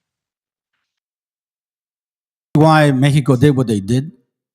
Because whatever that company was, they wanted to make fake corn for everybody. And if they were about to let that seed pollinize in somewhere else, it would have destroyed all the original organic corn that only Mexico has. Nowhere else in the world. Not in Africa, not in the Middle East, not in Europe, not in North Asia. None of those areas. Only here. Which is why this is important. I'm only going to show this for a little bit, and that's it. And then we're going to move on to the book. Possibly grocery store. How much do you think I just had to pay for this box of giant-sized Cheerios? General Mills is shutting down U.S. operations and a massive shortage is looming. While people scramble to stock up, experts warn that the real threat is economic collapse. It's certainly going to be a negative impact on our employment situation. Just how serious is the situation? And did CEO Jeff Harmening really flee the country when the news broke? The silent collapse. The biggest name in breakfast is gone. There was no press conference, no formal statement from the board, no blinking red banner on CNBC, just a quiet filing, a document buried deep in an SEC upload. But what it said sent shockwaves through every sector of the U.S. food industry. General Mills has officially begun shutting down all of its United States operations. Let that sink in. This isn't some regional branch or small offshoot brand. This is the same General Mills that feeds 9 out of 10 American households. Gone from the U.S., and with it, nearly 30,000 domestic jobs, dozens of factories, billions in supply chain contracts. It's the kind of move that sends ripple effects through the very structure of the American food economy. Because when a $40 billion titan like General Mills unplugs from its home base, we're not just talking about cereal. And here's what makes it even more terrifying. This wasn't a collapse, it was an orchestrated withdrawal. They knew it was coming. They planned it, and they did everything they could to hide it. The first public signs of something strange began to surface in the final days of May. TikTok started going viral of empty cereal aisles at Target, Costco, and Safeway locations in places like Des Moines, Wichita, and Flagstaff. If you've been to the store recently and you noticed that some of the shelves were a little bit more empty than usual, you're not alone. General Mills says it's struggling. Local Facebook groups lit up with panicked threads containing messages like, "Why is my Walmart out of Cheerios for the second week in a row? Just went to grab Nature Valley bars. Shelf was empty. Talked to the manager, and she said the warehouse hasn't delivered anything General Mills for 2 weeks. Most brushed it off as supply chain issues, a warehouse hiccup, maybe even weather related. But then say something, that's so important that our gente, we don't grow up with that cereal bullshit, bro. If you're growing up like us, you got tortillas for breakfast. You know what I'm saying? You get tortillas for breakfast, dog. That's why you guys always we always made fun of us when we would take food to like work or to school and shit, and you're like eating your little cereal box like apple cereal shit and da-da-da-da, and now you ain't gonna have shit. You know what I'm saying? something strange happened. Supermarkets started putting purchase limits on General Mills products. 2 boxes of cereal per customer. 1 family-size item per visit. Something we hadn't seen since the panic buying of early 2020. News outlets didn't catch on at first, but Reddit did. In a now-deleted post on our Wall Street Bets, a user claiming to be a former General Mills logistics contractor posted a blurry screenshot of an internal memo. The subject line? US. Division wind down phase 2. Plant protocols. The post got removed. The account vanished. But the leak had already gone viral. To understand how shocking this is, you have to understand what General Mills represented. This was a company that survived 2 world wars, the Great Depression, and the 2008 recession. It was born in Minneapolis in 1866 and grew into one of the most iconic food conglomerates in the world. Its brands are engraved into the American psyche, like childhood memories baked into warm cookies. This wasn't just a brand, it was a cornerstone of American consumer. This is why they named what I named. Class. Reap what you sow. You reap what you sow. You stole this land. It don't belong to you. And now you're going to suffer the consequences. I don't wish that upon anybody, but I do believe that revenge is needed. So, now that we're here, let's see what this Hamite has to say about what we're going to show here. This is the book that I had showed you guys partially the other day. It's called Black Society in Spanish Florida. You know, you got idiots like him trying to call us Spaniards and shit, right? So let's understand exactly what their history is, because I'm so sick and tired of hearing FBAs or idiot vultures like him or BHIs like, we went through some shit, or I need my reparations. You white people enslaved us. Shut up. That history is debunked. That shit never happened. Not the way you taught it, and we're going to read it here. Because you guys really don't realize that other people, other countries do read about your shit. Y'all are bugged out, bro. But let's learn. Let's see what you got to say about this, Volta. Presidents for African Caribbean Society in Florida. It says, the pattern of African society in Spanish America, including enslavement, manumission, miscegenation, which is probably what you are. You and your mama, you're a white dude, bro. No more EBT budget. It went to ICE. Yeah, I'm glad. Hey, it's all good, bro. Listen, it's all good. Remember, listen, this is why the class is called You Reap What You Sow. Earlier, he said something like, don't wish bad upon people. But yet he just fucking said the opposite. He's like, he's putting money for people to suffer. Like, you see how it is? You see how stupid these Hamites are? You see what I'm saying, family? Like, literally, he said it earlier. don't wish bad on people. But now he's like, well, I put money on it. Dude, you're a dumbass. You're sad. You're a sad case, kid. Let's continue. Now, it says here, I'll beat again. The pattern of African society in Spanish Americas, including enslavement, manumission, miscegenation, congregation, limited political autonomy, and religious incorporation, all had their institutional and customary origins in medieval Castile, but underwent modification in the Caribbean. Africans entered in Spain with the Muslims. Listen to this. Listen to this. Africans, North Africans, Central too, maybe South, but North Africans predominantly and Central. Canaanites and all that shit. Put, Kush, and all them motherfuckers right there. All them nasty bastards. Okay, they entered in with Spain. Africans entered Spain with the Muslims from 711 to 1492. Okay, and began to be noticeable presence in the population of southern Spain from at least the 13th century. Now, let's pause for a second. These are the same Hamites, right? Same Edomites that want to claim this Deuteronomy 28. And they're like, oh, a nation from afar, from the end of the earth. Bro, listen, that never happened to you. And guess what? This never happened to you. Because if you knew the white man, you knew damn well that they taught Christianity. But you've been dealing with them for some time. And this is even more interesting right here, bro. This is more interesting right here, bro. This is where it gets even more better. Deuteronomy 28:36. The Lord shall bring thee and thy king, which thou shalt set over thee. If you guys are Hebrews, when did that happen? Unto a nation which neither thou nor thy father have known, and there thou shalt serve other gods. Here we see that you knew each other. Black, white, African, Europeans, y'all been fucking with each other for a while. You can't tell if you're white or if you're black, bro. I mean, you may look black, but your daddy, look at Bob Marley. His daddy's white. That tells you. Africans entered Spain with Muslims in 711 AD through 1492 and began to be noticeable presence in the population of southern Spain from at least the 13th century onward.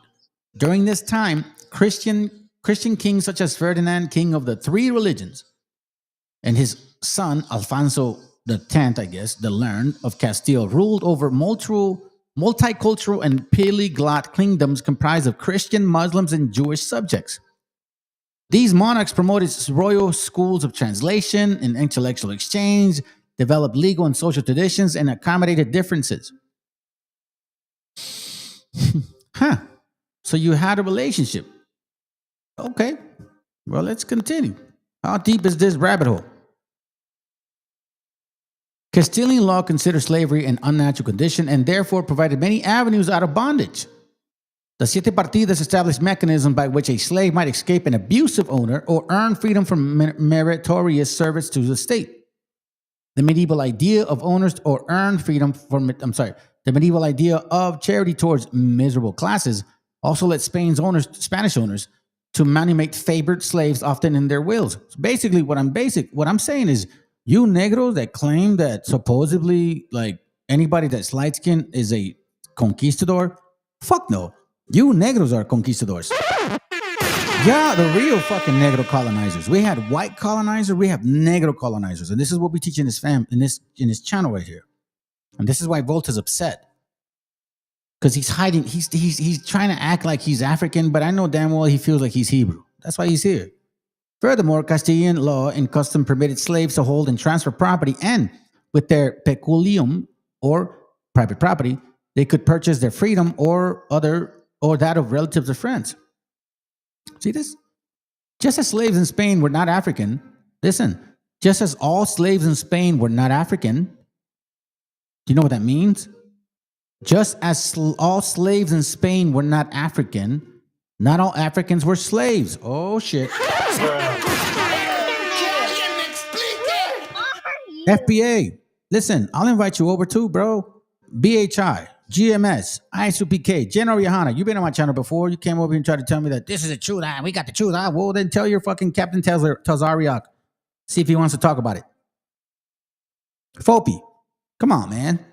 The negro with the white dude with a tan, the leader and shit. What's his name? Kona? Come on, bro. I'm sure you're not scared of me. Come on, I can't be that difficult to deal with.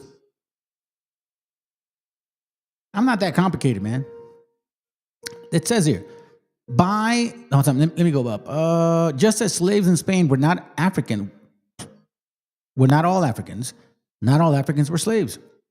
That means they had white slaves. Some Africans entered Spain as free persons on trade and diplomatic missions. You fucking negros always call us fucking conquistadors, Spaniards. You motherfuckers are the Spaniards. Hey, look. Hey, Chris, I'm a little drunk. Chill. Why? Oh, my dear Jesus.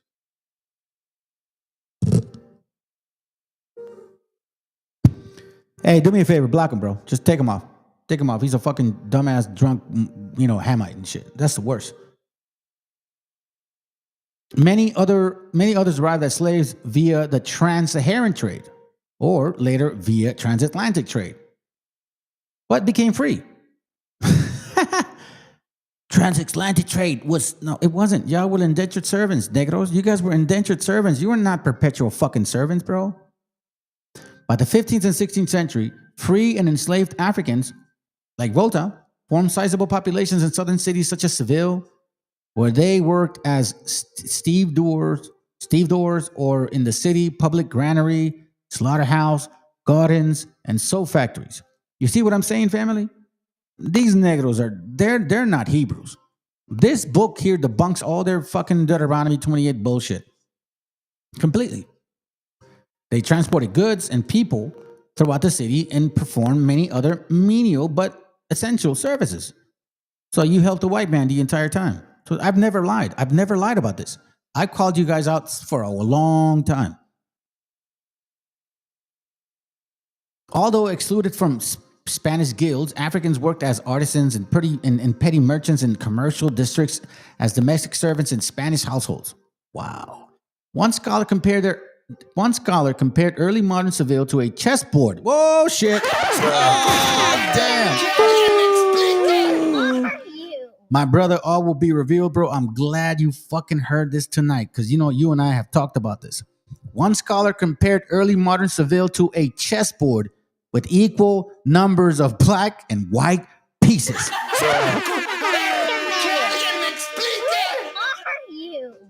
How long have we been saying that now, brother? How long have we been saying that now, bro?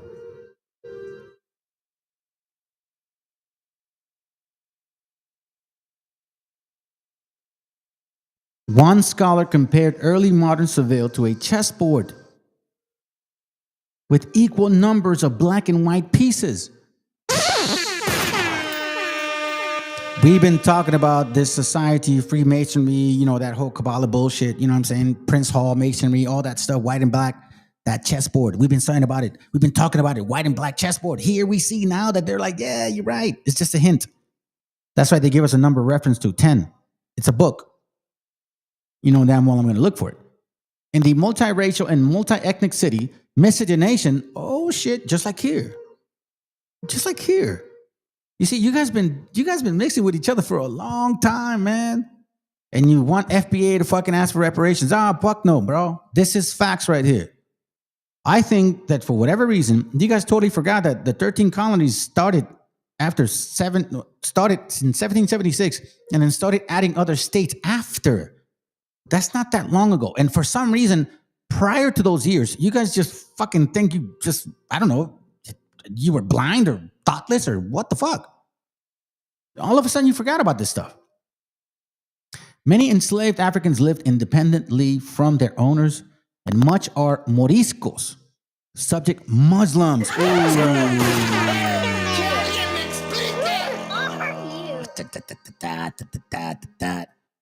You know why I get so happy when I fucking read that shit? Do you want to know why I get so happy when I read that shit? Because that means that I have not lied about the stuff that I've been showing you guys, man. We have a book here called, remember, let's read this again.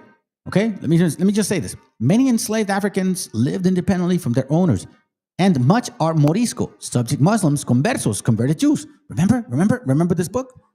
Remember this book, fam? I'm going to show you real quick, because I showed this shit to you guys. Jews and Muslims of British colonial America. So these Muslims, more morenos, moriscos, negros, como estos cabrones, güey. Estos pinches mentirosos, güey. This is why I do what I do. I don't like being lied to, bro. Let's see what you got to say about this. Hamite L.A. Volta. Don't stay too quiet now.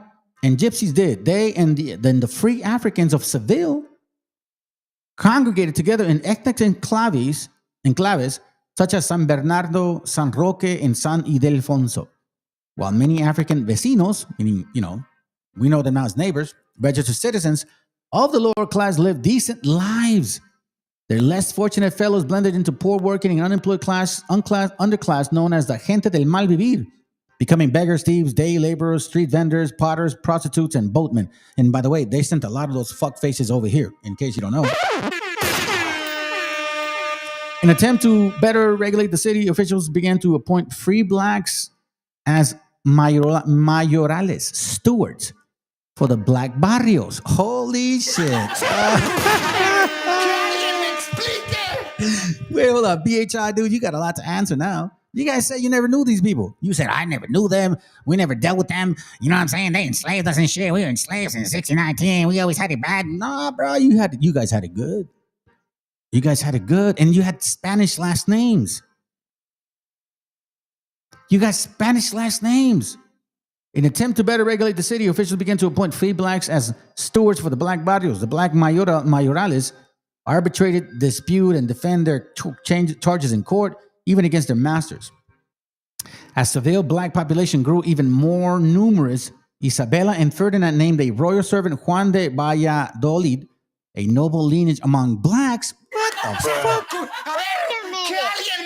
I thought you guys never knew these people, bro.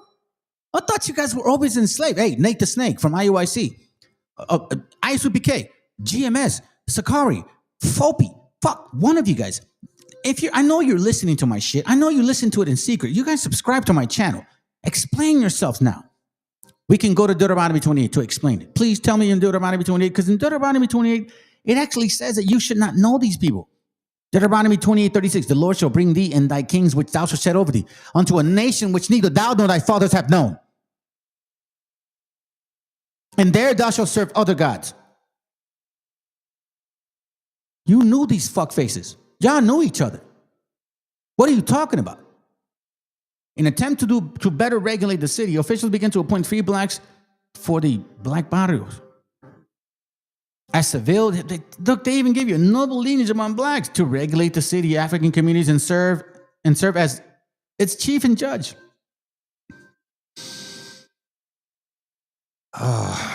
The taste of being fucking right, it feels so good.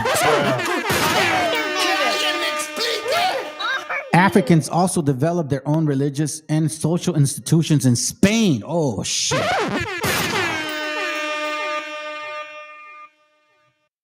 What are we talking about now?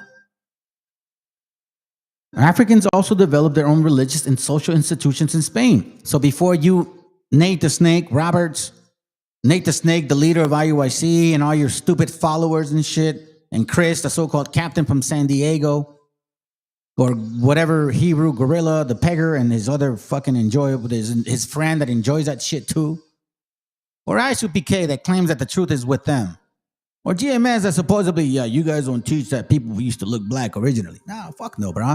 You guys are all duped. You're all fake. You guys are all liars.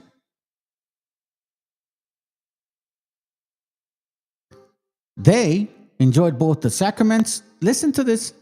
The Catholic Church worked to promote conversions in the rapidly expanding black barrios of southern Spain.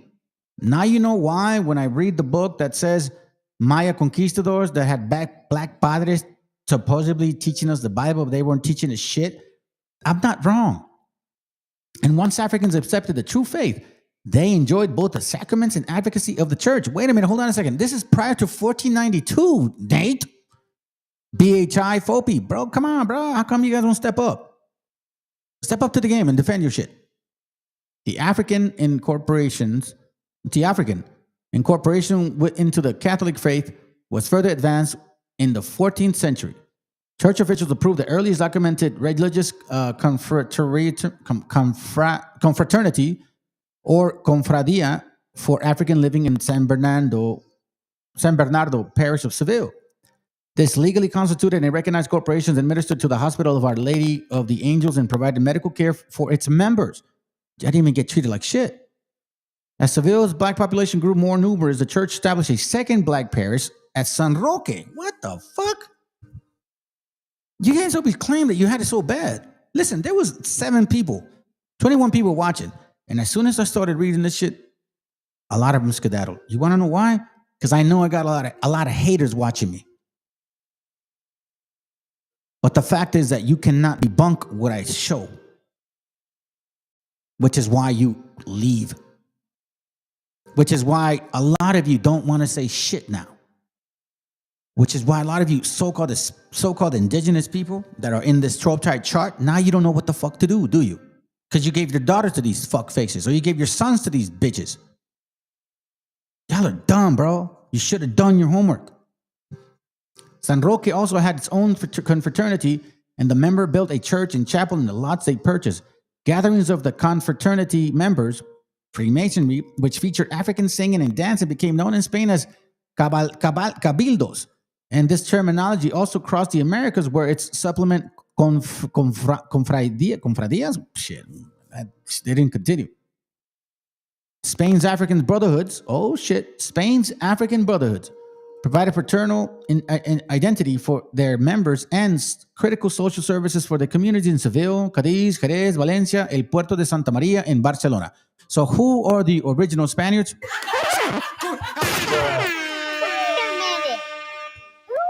You fucking Morenos come to my channel and try to call us Spaniards and Iberians, and look at this shit right here. You are the first ones. But you see, and I know you're watching me, but you got nothing to say now, do you? Not at all. You enjoyed when I talk shit about the white man, but when I bring facts about you, then what happens? We're not respecters of people in this channel, bro. We bring out facts the way things are. So far, we see that you don't apply to the Bible. The Bible doesn't apply to you. You don't fit none of this stuff at all. My bad. Hold on a second. At all. Statutes for Barcelona Confradia Nigrorum Libertate Daturum Sivatus, whatever that is, date 1455. You see this? This is prior to 1492, fam. And outlined the organization's missions to attend the funerals of its members, provide food, alms, and medicine for the needy, and participate in religious observances such as Corpus Christi, Texas. And in 1472, 40 Africans in Valencia established the Confradia de Santiago Apóstol de Negros Libertos, specifying that they would annually elect 4 magistrates and a syndic to govern and represent their membership. They also petitioned for their own banner to display on the Brotherhood windows in a civic and religious possession such as Semana Santa, Holy Week, and Corpus Christi. More than a century later, Valencia's Black Cofradia was still in existence and proudly displayed its standard in a parade welcomed King Philip II to the city.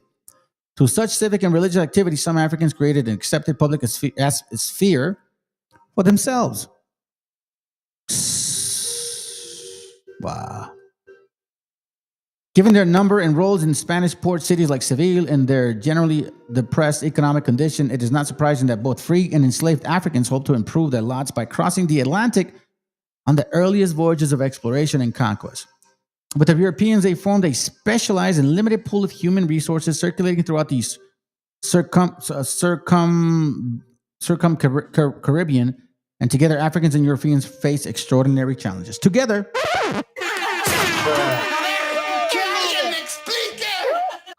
check this out. Now I know why Nate said what he said. Now I know why he said what he said. It's an old video, but I never forgot about it. Check it.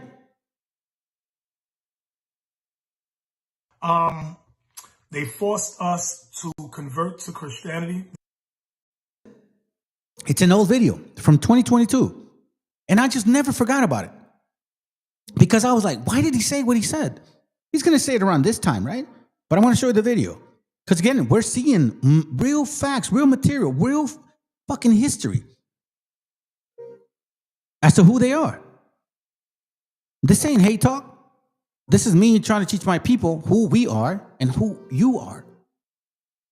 We're not the same. You best believe it. Let's continue. They forced us to convert to Christianity, this new form of Christianity, wherein they were God, they were Christ. Okay? The angels were white, and that the Jews who had converted, the white men who had converted to being a Jew, they also had to, they were on top of us. This white man that we had used from the Caucasus Mountains to help us in our military, they also turned against us. Never trust your enemies, brothers and sisters. We said, these are our allies. And the very same allies turned against us. So again. See? You see this? With the Europeans, they formed a specialized and limited pool of human resources circulating throughout the Caribbean, and together Africans and Europeans faced extraordinary challenges.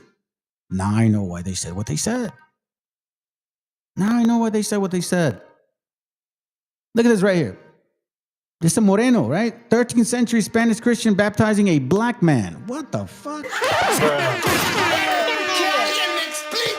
But you said, Deuteronomy 36, 28, 36, the Lord shall bring thee and thy kings which thou shalt set over thee unto a nation which neither thou nor thy fathers have known, and there thou shalt serve other gods, wood and stone. Verse 64. Remind ourselves what the Bible is saying. And the Lord shall scatter thee among all people. This is what they focus on. From one end of the earth even to another. They say that shit, but they ignore this part. And there thou shalt serve other gods, which neither thou nor thy fathers have known. Wood and stone. What are you talking about? This is prior to 1492. You knew Christianity, Africans. BHI. You knew Christianity. GMS. ISUPK. Sakari. IUIC. FOPI. You knew Christianity, Negro. What the fuck are you talking about? What is this great fucking knowledge that you guys have? Yes, you've been lying to us for a long fucking time. Africans in the area of exploration. The career of one West African is illustrated of the African experience in the area of exploration. Juan Garrido, remember his name, arrived in Seville via Lisbon around 1496 and sometime later signed on for a voyage to Hispaniola. In the New World, Garrido encountered other free blacks such as Juan Gonzalez, Ponce de Leon. This is why I've been waiting so long to show you this book. And I took my time. Because Ponce de Leon was a fucking negro, bro. A straight negro.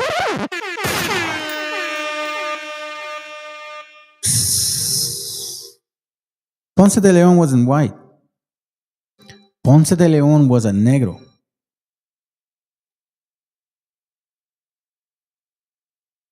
The two African adventurers no doubt took part in... Oh, shit. My bad. I fucking lost it. Hold on.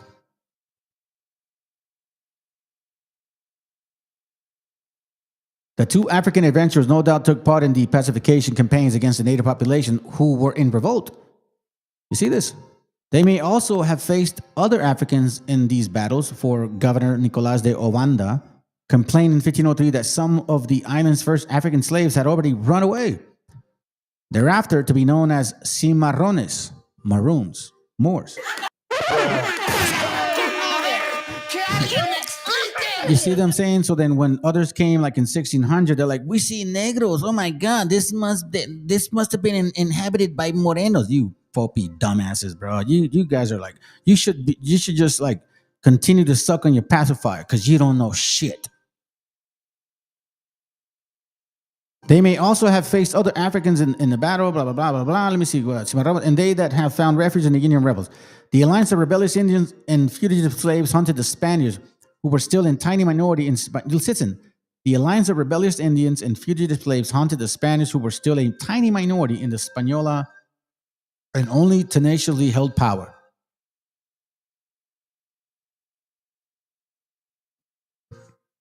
Despite these fears, however, Spaniards came to regard Africans as slaves as indispensable to successful colonization of the Americas. You hear that? Despite these fears, however, Spaniards came to regard Africans, so-called African Americans, so-called Central Africans, so-called South Africans, South American, whatever Africans. If you believe you're an African and you've been here a long time, then you're going to pay. African slaves as indispensable to successful colonization of the Americas. Warfare, disease, smallpox, and overwork quickly decimated Indian population on Hispaniola. And because Spaniards, you see, family, who are the real Spaniards? When they tell you that you're a Spaniard, tell the negro that he's full of shit and show him this book. And because Spaniards had already benefited from the labor of Africans at home and on their Atlantic island plantation, meaning like Africans were already dealing with y'all since the beginning of time, man.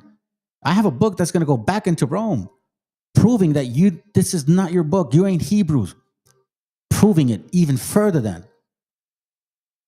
You've known their religion. You've known the white man. You've been fucking with them. You guys are the same, one and the same. Canaan, Edom, bro. You guys love each other. That's why Canaan went to Canaan. That's why Edom went to Canaan right away. You love the white man love you. Herbert Klein and others argued that the Atlantic plantation economies fundamentally altered Spanish slavery, stripping the slaves of many medieval peninsular protections.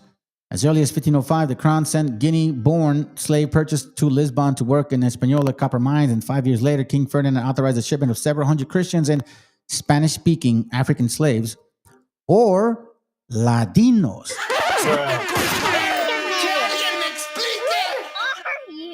That's where the word comes from, Latino. So don't call yourself Latino, bro. That applies to these negros. Cubans, Puerto Ricans, Dominicans, if you are of that bloodline. If you're indigenous, I ain't talking to you. From Seville for sale to the island settlers. Still, the colonists demanded more slaves. And in 1513, the crown established the asiento system, whereby licensed contractors sent us estimated 75 to 90,000 enslaved Africans to Spanish America by 1600. And approximately 350,000 by the end of the 17th century. So you see what I'm saying? 1619 is total bullshit. Once the Indian War in Hispaniola won and settlement was well underway on that island, it became the base for which the Spaniards launched their new conquest.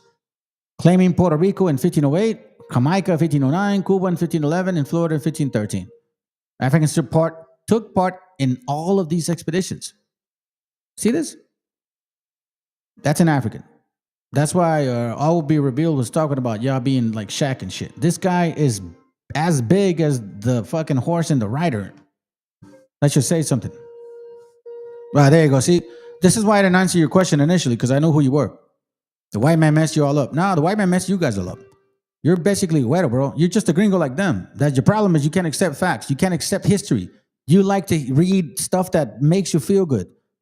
That's the problem. You like to believe shit that makes you feel good. That's your problem with your people. But listen, everybody's going to find out about what's going on. See, here's the problem with white and black folks. The white man don't want to admit that you guys helped them because it demoralizes their spirit. And you people don't want to admit that you helped them because then your 1619 transatlantic slave trade, your whole fucking Willie Lynch letter, your 1865 bullshit, your antebellum supposedly suffering, your segregation, all that shit goes down the fucking toilet. That's why. That's why you guys don't fucking admit to your shit and you think this is funny. Listen, continue laughing, bro. Continue laughing because guess what? You can look this up. Look it up. Nah, you should have been here earlier. Do me a favor. Rewind it. I named the book when I first started. African-born explorer Juan Garrido, 1519. Participated in the Indian Wars in Español and Ponce de Leon's discovery of Florida. We don't believe anything you guys say anymore. You can tell FBA to go suck it in all your BHI groups. And if they got a problem with me, tell them to hit the link. I'm well aware of what's going on. I do not run from anybody. We can debate about the Bible. We can debate about history. We can fucking break it down and shit. I don't run from nobody. Other free persons of African descent, such as free mulatto Francisco Mejias, who had the first Spanish names? They did, family. Before they go and try to claim the fame that you guys were Spaniards. No, they were the original Spaniards. They had to see these last fucking names first. An Indian collector and overseer of the Hacienda del Toa in Puerto Rico helped establish that island's earliest ranchers. Mejias was said to have been killed by Caribbean Indians while defending the Indian cacica, female ruler, Luisa, an ally of the Spaniards. At his death, he had 210 pesos of gold, although his annual ranch salary was only 50 pesos. So Mejias, too, had been involved in gold mining. Oh, okay. You see, so my ancestors never came over to the Atlantic trade, and black people history is Ethiopian. The Ethiopian people are not West Africans, nor are they North Africans, nor are they fucking Egyptians, nor are they South Africans. I know several Ethiopian people, and you guys are not the same people. If you're a West African, like totally West African, and you have nothing to do with Ethiopia, shut up, man, because they don't even want to deal with you. This is how I know that you're weak with the Bible, bro. You fucking rely to that shit. That's pretty stupid. I'm over here reading the facts about what you guys have done, and then you want to run from it. But I tell you what, if this would have been all about white people done this, you would have been like, yeah, the white man did it. But as soon as I fucking call you negros out, now that's a problem. Now you want to run to Ethiopia. Please. Get the fuck out of here, man. You're not doing this shit no more. Spanish swept through the Caribbean islands and then the mainland coast in search of captives to sell into slavery. From Puerto Rico, Ponce de Leon, who was black, led slaves raids against Caribs on the islands of Santa Cruz, Guadalupe, and Dominica, and the Africans Juan Garrido and Juan Gonzalez Ponce de Leon were among the raiders. They also accompanied Ponce de Leon on his voyage to Florida in 1513 to 1521. Well, the hostile reception of the indigenes suggested Caribbean-based slavers had already preceded them. After Ponce de Leon's death, Garrido enlisted with Hernán Cortés and participated in the bloody battle to conquer the Aztec capital Tenochtitlan. Here's where it gets interesting, okay? Watch this. Africans in the exploration of Florida. With the discovery of Florida, Africans helped stake Spain's first claim to the exclusive sovereignty over an area stretching from Florida Keys to the Newfoundland lands and west to Mexico. A claim disputed by both the French and the English, who viewed effective occupation as the true measure of sovereignty. To hold Florida and Spaniards would have to people it. We know that Ponce de Leon, we know that Valles de Ayllón was negro. We know that for a fact. Ayllón was a negro, African. Okay? Let's not forget that shit. Paul Hoffman theorized these were probably Latinos. That's why don't call yourself Latino. Like the Afro-Cuban, they try to say he's Latino. Nah, fuck though. He's an African. He is one of your people. And he's the one that led the Proud Boys. So as you can see, African hate is very deep. Very fucking deep. That's why you guys don't even realize who your enemy is. You white folks and black folks actually don't even realize how close and far you are from each other.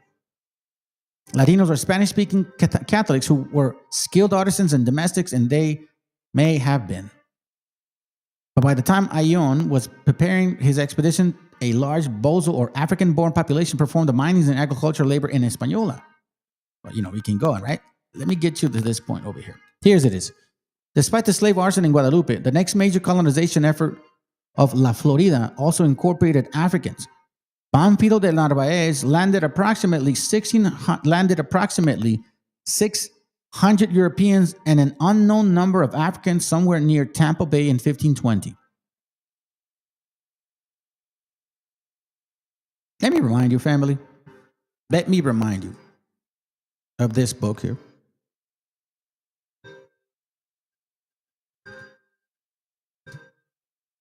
There's this book called Dogs of Conquest. Okay? And the main character of this book. Watch this real quick. So let's not forget, and let's never let them forget. Fuck your reparations. If you deserve them, you deserve them, but you don't deserve them. Pánfilo, it has been 22 years since Montaje had received his commission to conquer and settle Cusemal and Yucatan. Meanwhile, Pánfilo de Narváez and Nuño Beltrán de Guzmán, who at approximately the same time had been commissioned to explore and conquer, respectively, Florida and Panuca. Okay? Now, Pánfilo de Narváez, okay, this guy used dogs. He fed our people to dogs, family. This is what this book is about. Dogs of Conquest. These bastards fed our people to dogs. These are black and white folks. Not just white people. Negros, like the ones we see in the streets right now, talking shit to our gente, signing up to ICE and shit, and then you wonder why they still have that spirit. Hey, bro, because they have never changed. This is who they are. And in this channel, we bring facts, not fiction. Look at this. Claiming to say that, yeah, I didn't know Christianity, bro. You were teaching our gente Christianity. What are you talking about? Fopi, where you at, man? You're so ballsy and shit. You think you know the truth? Where are you? You're never going to debunk this shit. If you go through this whole entire book, you're going to find out Nervaez was feeding us to dogs, fam. Our children, feeding our children to dogs. Feeding our elderly to dogs. I'll give you the link. Maybe give you some time to look through it.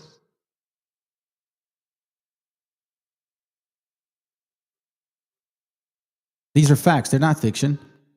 It's not glory. I'm not searching for glory. I'm not like, oh my God, no, hell no. Look, listen. Black entrepreneurs and property holders, Spanish presidents. Although freedom was primary goal that enslaved blacks may have inspired to in Spanish Florida, they also managed to acquire a significant amount of property under successive Spanish regimes. Many of Florida's black residents had once been considered property themselves, and in English-speaking areas from which they fled, they had few opportunities to hold property. But Castilian law and custom, which was grounded under Roman law, guaranteed even slaves the right to personal property. Seville notably registered for the 15th, 16th century records in enslaved blacks lending money to freed counterparts. And despite the generally depressed economic and social position of freed blacks in early modern Spain, the same register shows at least some black property owners renting houses to other free black folks, as well as Europeans.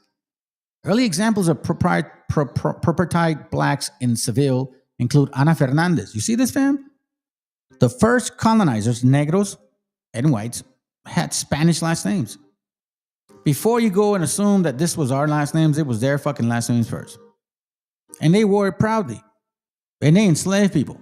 And then when they lost court-wise in the Reconstruction Act in the northern part of America, right, after 1865, the white man did a maneuver on them. And then they changed their story. Then all of a sudden it was like, oh no, we never had power. We were always under submission. Fuck no. You just want to steal the shit again, just like Canaan did from the get-go. Yeah, that's the spirit you guys have. Early examples of propertied blacks in Seville include Ana Fernandez, who rented the house to Catalina Gutierrez, race unknown, in 1498. And free black Leonor Rodriguez, who rented a house to free black Juan Garcia in 1505. Listen, Negro, I got nothing to answer you, bro, because you're a fucking colonizer, so shut the fuck up. I don't even know why you're asking that shit. You prove that who you prove that you're an Israelite. You prove it. Prove it with what? What are you going to prove it with? Here's the link right there. I posted the link up. You're going to prove to us that you're an Israelite? Show us how. Y'all are idiots, man. Every single time I bring facts, you want to bring up some dumbass question and shit that doesn't even need an answer. You don't even deserve one. But I tell you what, the link is up, bro. If you really want to prove your shit, hit it. We can go to Deuteronomy 28. Make sure you have sources.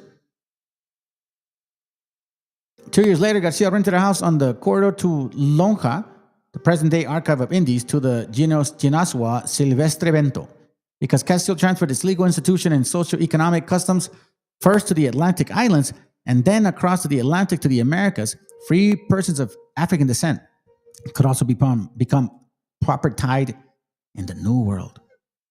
In theory, all land in Americas belonged to Castile, and its monarch might grant usufruct of its two faithful vassals or to corporate groups. Please. What are you saying? You're not African now? Or is that what you're saying? You're not African? You guys are Africans. Unless you mix with a white man, then you're white. You're not indigenous, that's for sure. That's for sure. Don't run from who you are, man. Don't start doing that shit, because I know that's what you guys are going to do. Once this truth starts coming out heavily, people like you are going to say that. Well, we're not all the same. Yeah, whatever. Yeah, I helped the white man. You guys use the white man's science, white man's history to fucking claim the fame, and now you have a problem. Moreover, persons of other ethnic and racial backgrounds might, under specified conditions, become Spanish vassals and once incorporated into the Spanish community would have the same property rights as free Spaniards. Believing that to govern is to populate and drawing on medieval Reconquista patterns, Spain followed a policy of repoblación.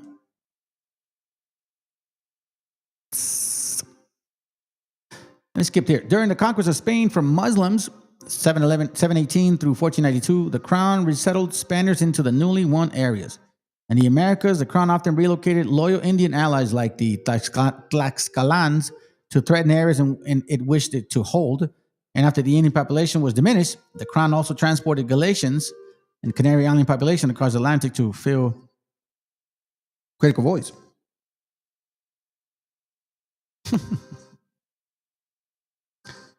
That's so fucking funny, man. Let's see. I have a couple more videos and then we're done. Let me go back real quick here. It goes right here. I want to prove a point. I want you guys to be careful, family. I'm going to show you some stuff and then we're done with this stuff right here. All right, hold on a second.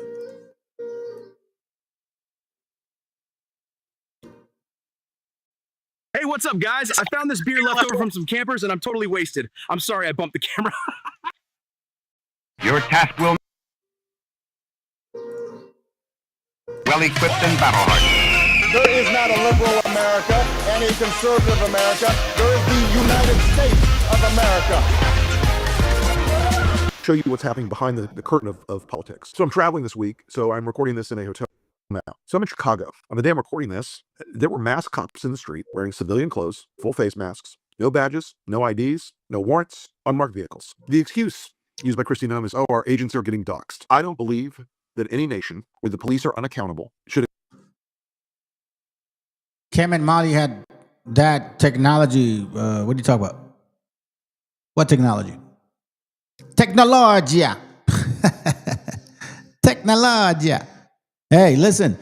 Trash content. Hey, well, guess what, man? You're welcome to hit. Well, if it's trash, why are you here? I find it funny, man. Y'all want to squeaky clean and shit. You get offended every time I talk shit about your people.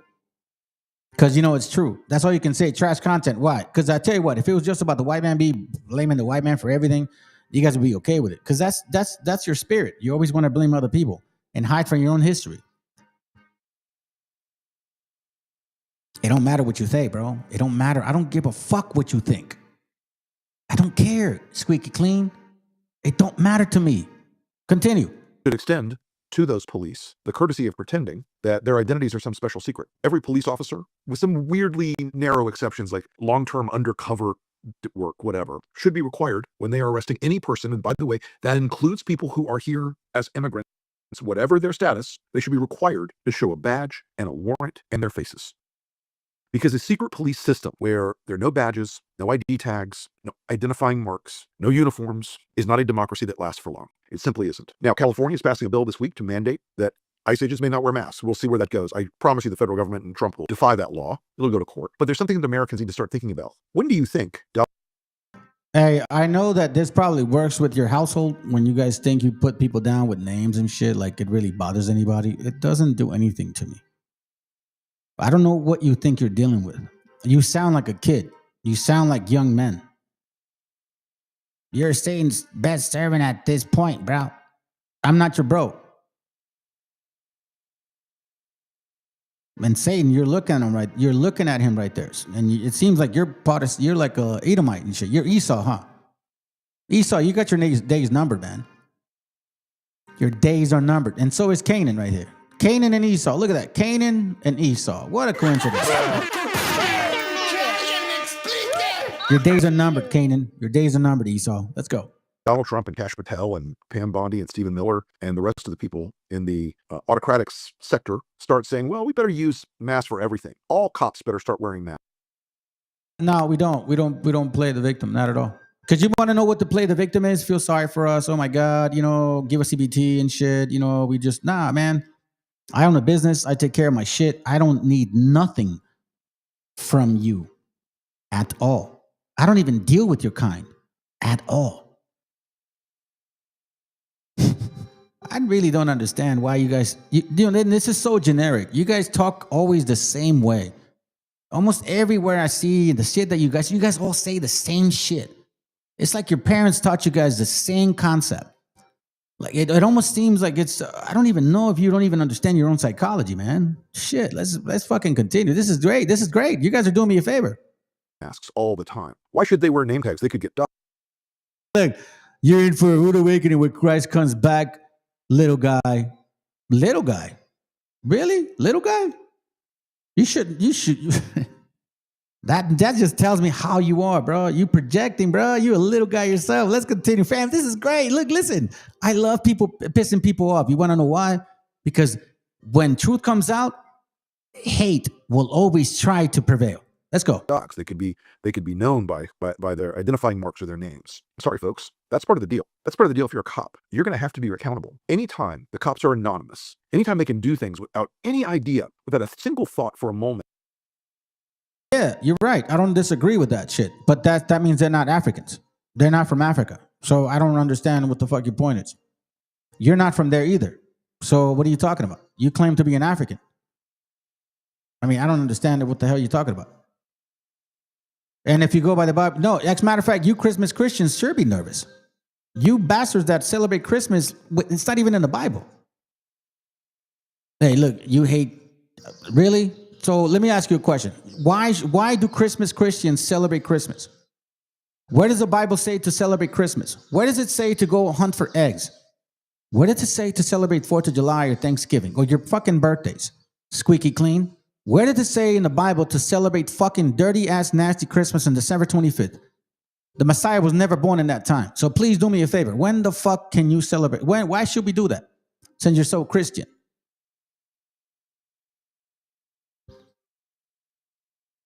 Okay, then what the fuck is your problem, bro? Then sit back and fucking watch. Hebrew Israelites is a cult, bro, and you... Oh, there we go. See, let me ask you a question. You haven't answered my shit. You haven't answered my shit, squeaky clean.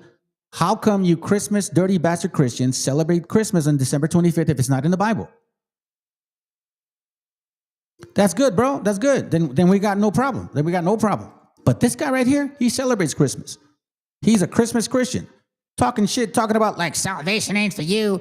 Oh my God, I can't. Bro, listen, you're celebrating Thanksgiving, eating a turkey. You don't even know the beginning of that meaning.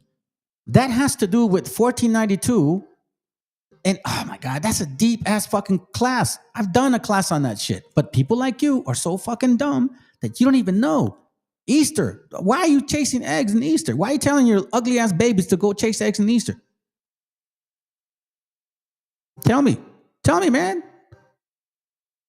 Okay, well then tell me when the Bible said to celebrate dirty ass Christmas.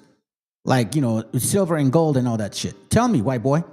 Tell me, crackety crack. When the fuck are we supposed to celebrate Christmas? When does it say in the Bible? If you're saying I'm going to burn in hell, you white people are going to be the first ones to burn.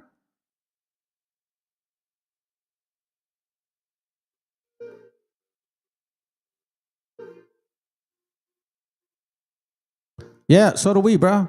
So do we. Neato Sawine, so do we. So do we. So do we. This guy don't.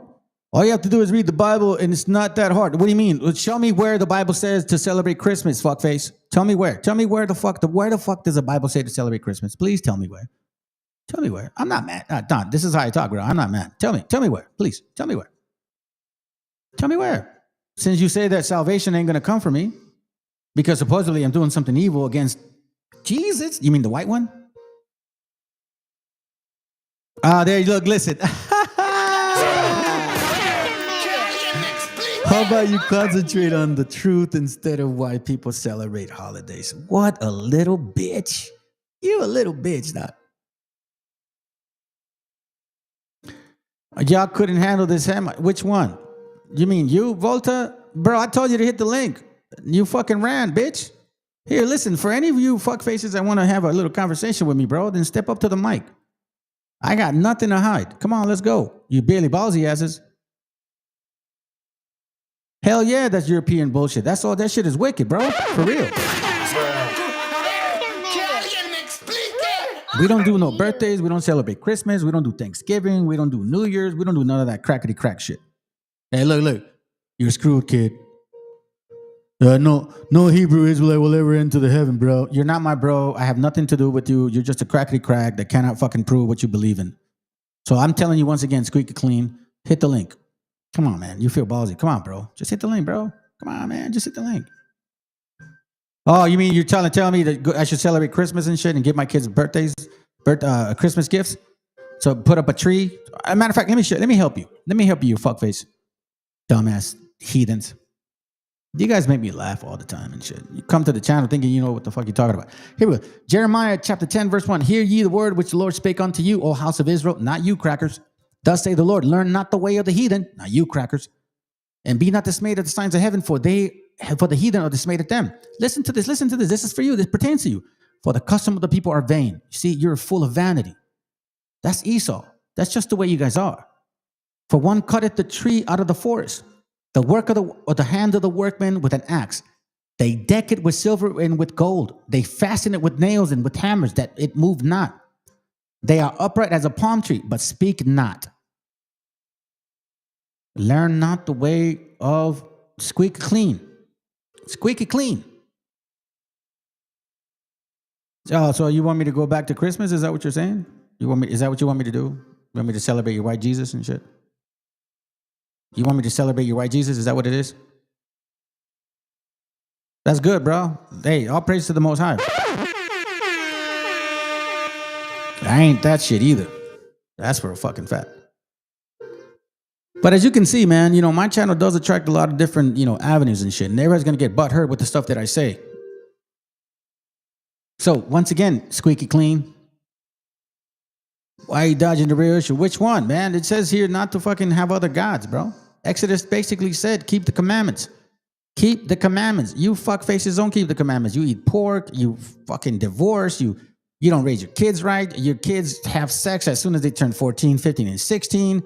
You guys practice promiscuousness. That's a straight Edomite Esau shit. Esau is going to have, yeah, you're right. Esau doesn't have priorities, bro.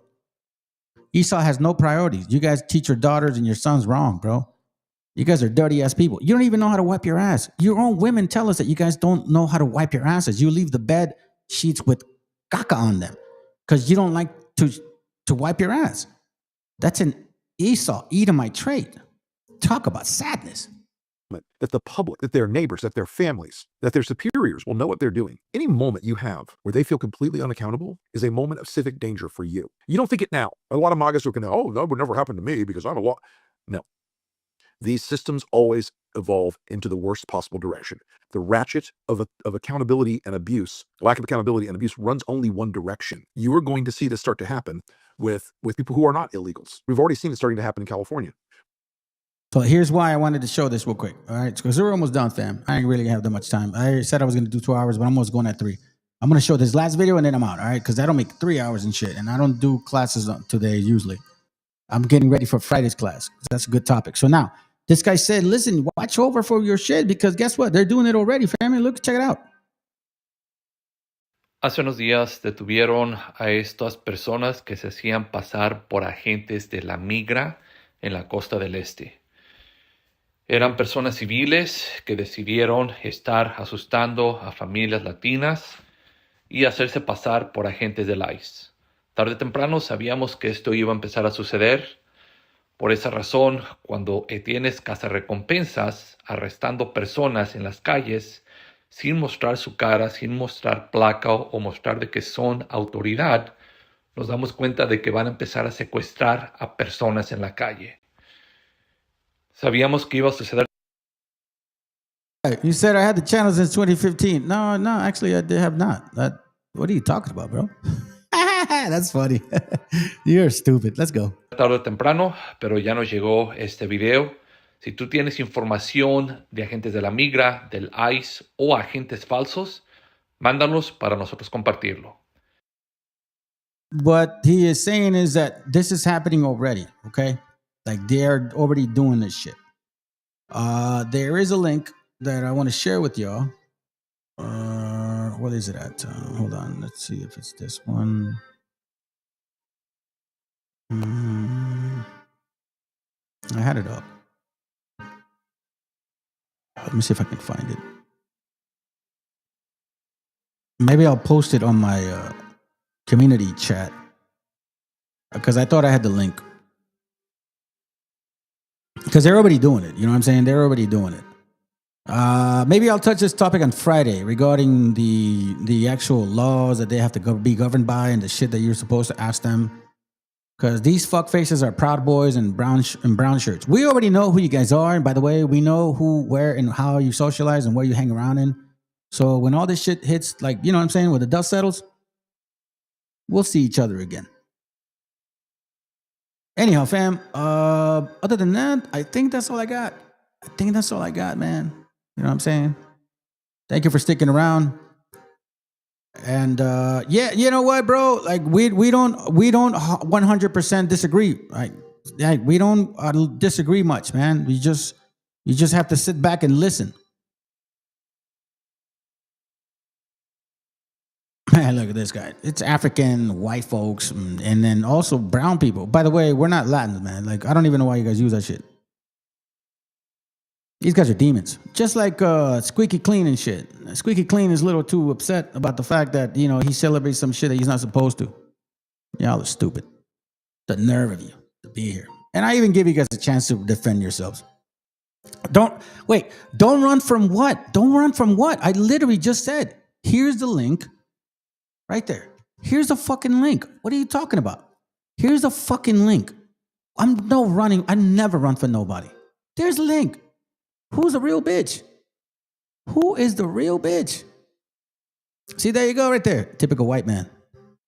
Typical white man, bro. You guys got no huevos, homie. You guys are a weak nation, and you're going to find out. Trust and believe. Esau, your days are numbered. Esau, your days are numbered. Your days are numbered. Hey, good to have you here, bro. Good to have you here, man. I actually chop it over with a sister that kind of relates to what you're talking about. So don't think that we're against each other. We're technically not. But I'm a hardliner, bro. I don't come with like soft shit. I bring it the way it is, and some people don't hear it. At least you stuck around to listen. But this guy right, this little dirty bastard right here, this dude that doesn't like it, dude, to like wipe his ass and shit and teaches his kids to like drink their shit and eat their piss, like that's pretty nasty. Yeah. Hey, look here.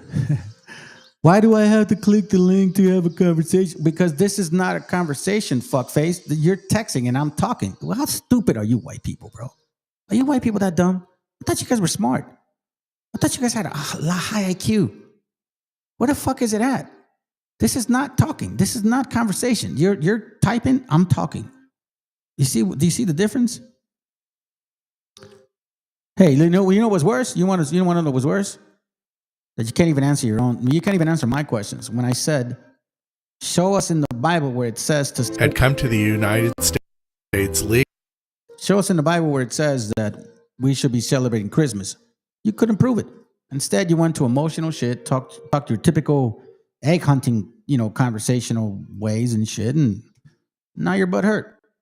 Let's go, fam. It's been 100 days since the U.S. illegally sent 252 Venezuelans to an inhumane prison in El Salvador. I have been dedicating my portrait skills in social media to telling the stories of those men to help gain their freedom. 90% of them had no criminal record nor gang affiliation. 50 of them had come to the United States legally, and most of the others had become documented working towards their permanent status. Homeland Security has been using a flawed checklist to find Tren de Aragua gang members. The checklist uses tattoos, clothing, and hand signs. Gang experts agree that TDA does not use any of these for self-identification. SOWED is an inhumane prison that Congress and international rights groups list as being a house of torture and a concentration camp. Each day there is a living nightmare. Family members were only aware due to a leaked list, state propaganda videos, and a Matt Gaetz CCOT walkthrough where the men are yelling for their freedom and making an international hand sign for kidnapping. Please share this video to free them from this act of cruelty. All right, fam. So I'm out. Don't listen to these idiots, man. It doesn't even bother me one bit. If you would have hit the link, or any one of you, I'm not even reading what you guys are saying. I'm just gonna say, if you guys are really ballsy and shit, and you got something to say, then say it, man. We're not afraid of that shit. Just say it. But because of the fact that your foundation is not solid, and you think that by naming, posting, and expressing your anger, you're gonna move somebody's spirit, you're not gonna do that. That's never gonna happen ever again. Same 1492, cracker. It's 2025 now.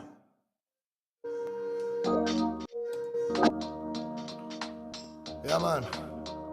Oh, respect and love from the world, nigga. Show them. You nigga on a microphone. Can't I sit in number 15? Rock you on the studio.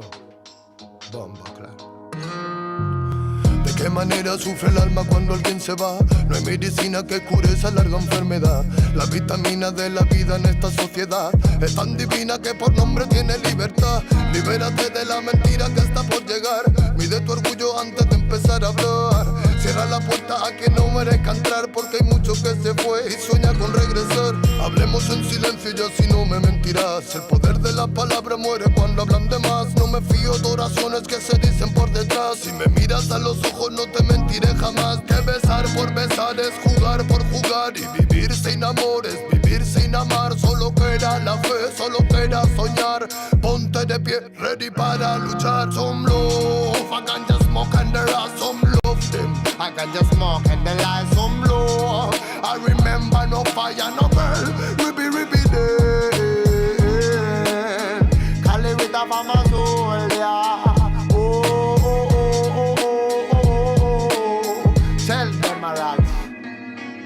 ¿De cuánto tiempo hablamos cuando hablamos de querer? Si la mitad lo malgastamos solo en comprender. ¿De qué manera es más fácil aprender? Que nacemos para ganar y morimos al perder. No puedo dejar de animarte, que cuando te caigas debes levantarte. Llegué para contarte que no todo artista muere por su arte. Traigo el honor de un humano con valor que utiliza poesía para respirar mejor. Escribo prosa para vengar al amor y recuerda aquella rosa que tiraron al contenedor. ¿Dónde se quedó el amor? Hey, I no voy a sitio on no microphone forever never. Tell me, roll some love. I can just smoke and the light, some love them. I Rastafari my life, some love. I remember no fire, no burn. Ribby day. I live with a farmer soul, yeah. Reggae man, a farmer warrior day.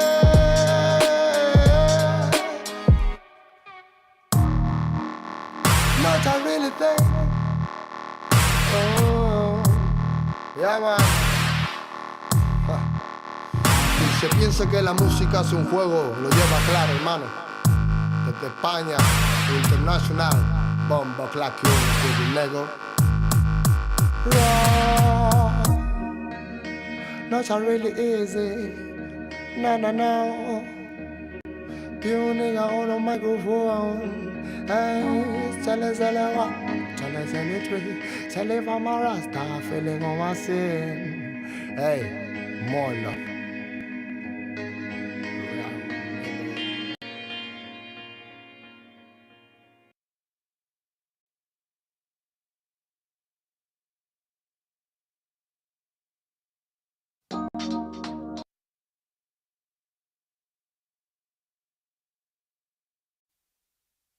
Yeah, man, real bomba clock and I set the volume 8. This is the music from the Urban niggas. Yeah, man. Oh, ribby damn, ribby damn. Hey.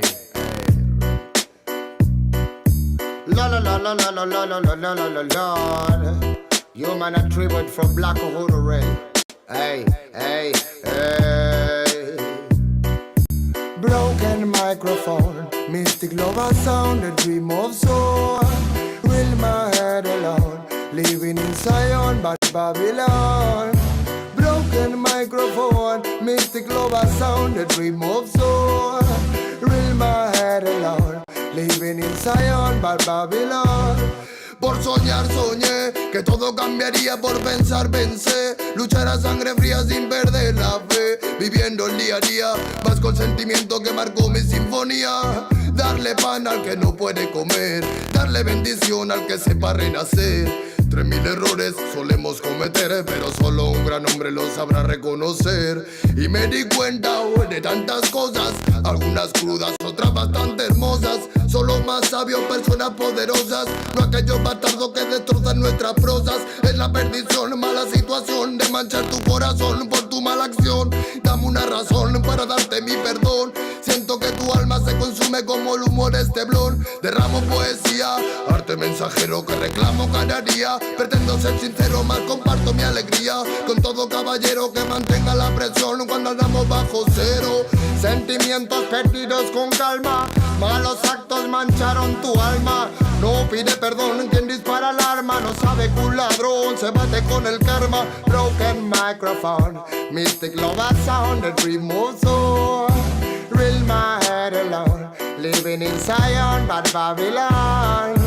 Broken microphone, mystic love a sound that removes soul. Real my head alone, living in Zion but Babylon. One I can get respect from Volumen A. My niggas on Volumen A, this is key on the studio respect.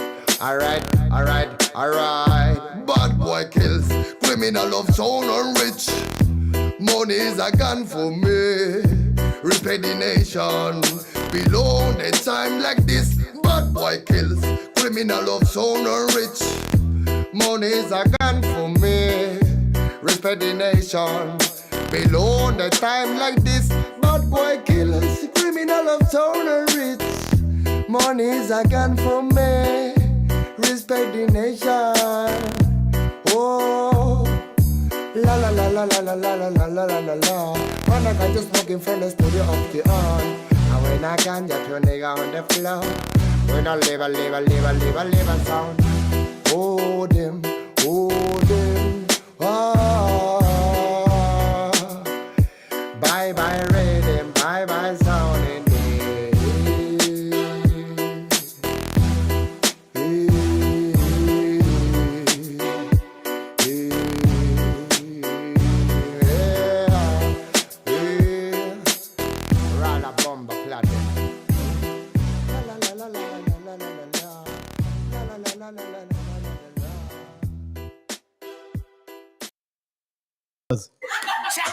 A ver, que alguien me explique.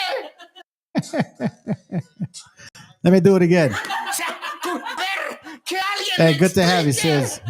These dudes are weak. Well, nobody hit the link, so I'm just gonna call this fuckface out right now. Like, you could have had the chance, and all you did was posted some dumb shit, and then you go and say, "What do you mean? We're having a conversation." No, I'm talking and you're typing. That's not a conversation. Whoever raised you, man, they raised you really fucked up in the head. Let me do it again. A ver, que alguien me explique.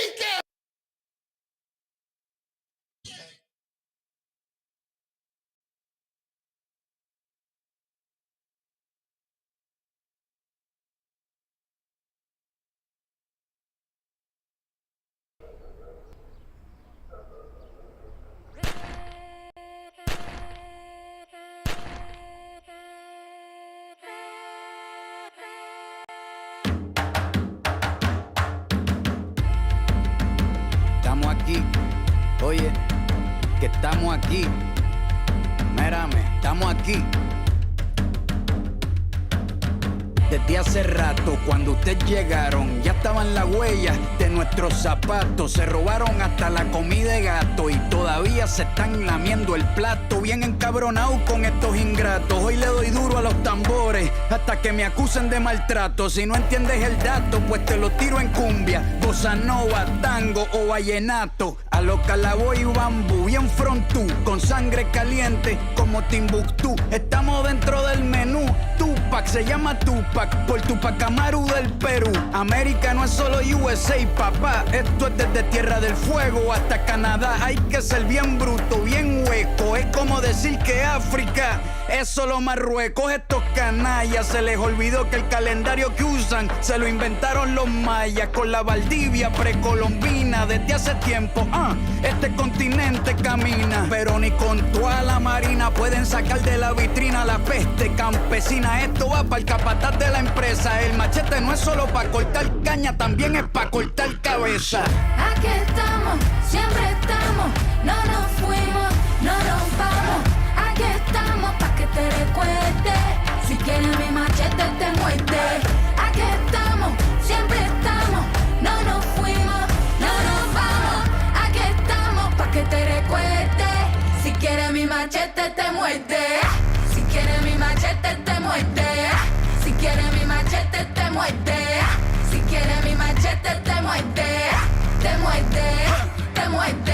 Los paramilitares, las guerrillas, los hijos del conflicto, las pandillas, las listas negras, los falsos positivos, los periodistas asesinados, los desaparecidos, los narcogobiernos, todos los que robaron, los que se manifiestan y los que se olvidaron, las persecuciones, los golpes de estado, el país en quiebra, los exiliados, el peso devaluado, el tráfico de droga, los carteles, las invasiones, los emigrantes sin papeles, 5 presidentes en 11 días, disparo a quemarropa por parte de la policía, más de 100 años de tortura, la nova trova cantando en plena dictadura. Somos la sangre que sopla la presión atmosférica. Gambino, mi hermano, esto sí es América.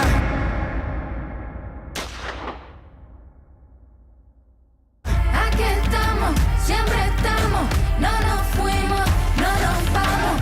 Aquí estamos pa' que te recuerdes. Si quieres mi machete te muerde.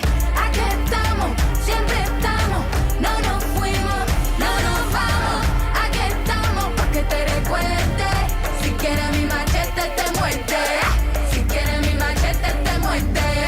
Si quieres mi machete te muerde. Si quieres mi machete te muerde. Te muerde, te muerde.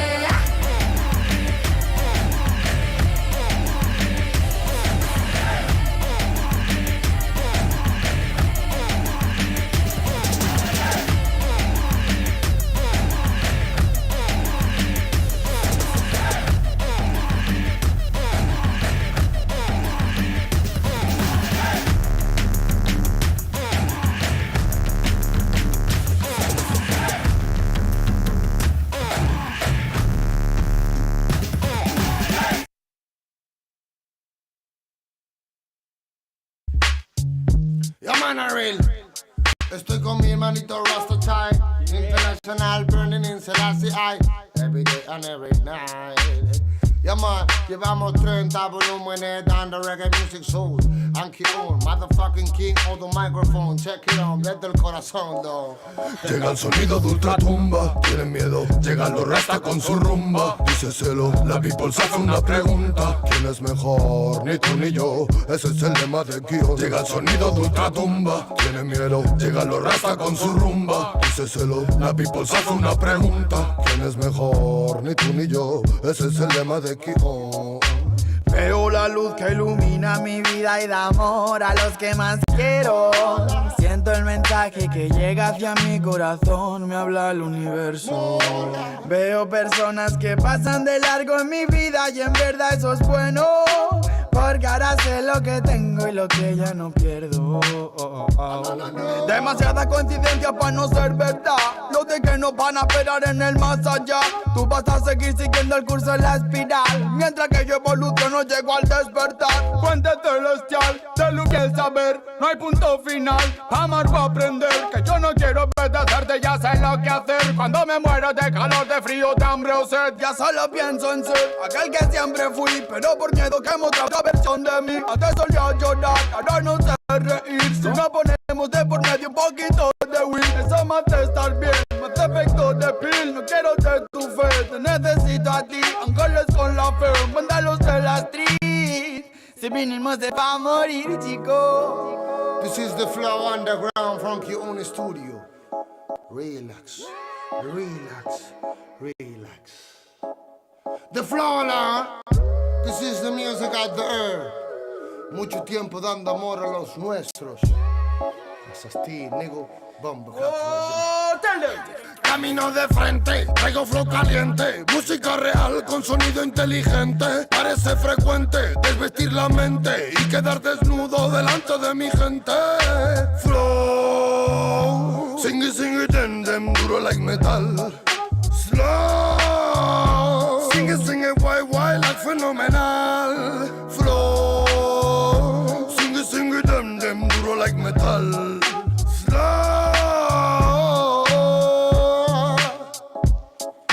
Cada palabra y balada que parte la sala, para nada son bobadas atrapadas en miradas. Pues mi familia sagrada aprenderá toda la grada. Camarada, sea alabada la persona que te daba su calor, su sabor, el perfume del honor. Coreando la canción de un humilde servidor. Pues tu amor, seguidor, es alivio para el dolor y energía para seguir siendo tu compositor. Flow.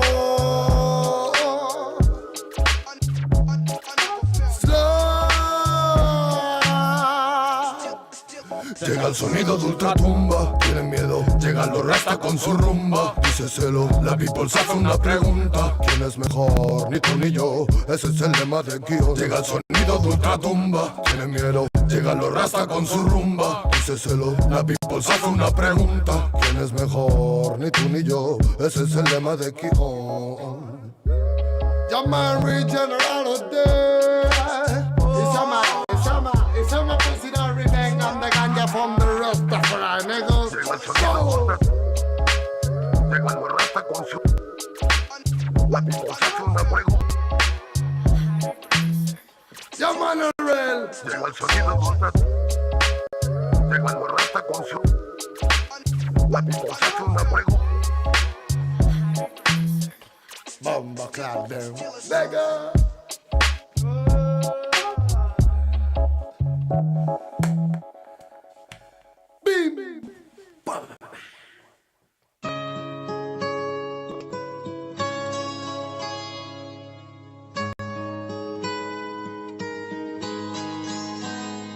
Soy de Perú, bandido, contento porque en esta parte del mundo he nacido. Más que orgulloso de crecer en donde yo he crecido. Me siento bendecido y aquí me quiero morir, y la verdad porque así será.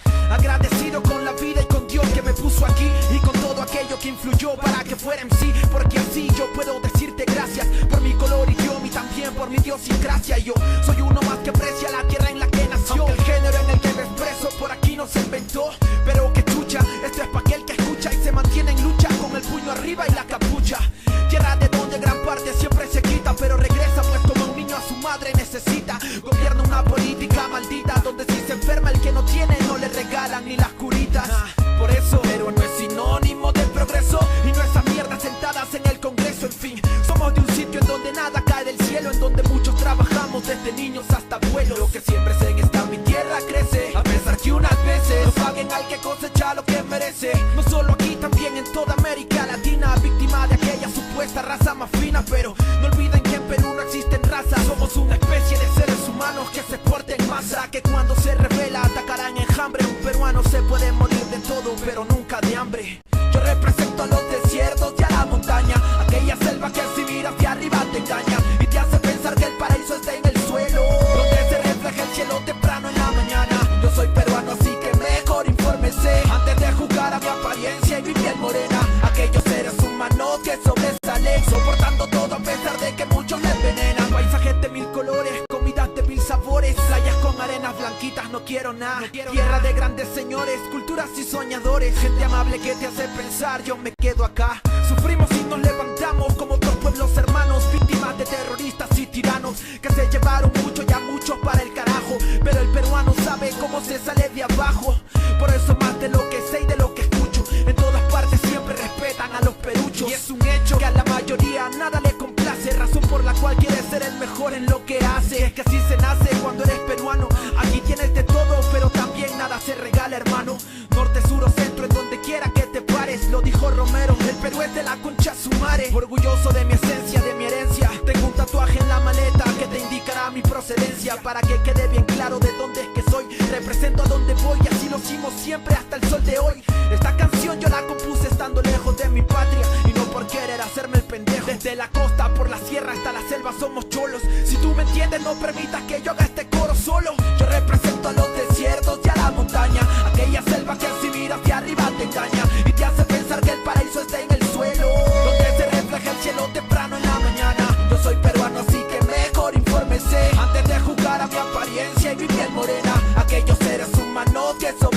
soportando todo a pesar de que muchos le envenenan.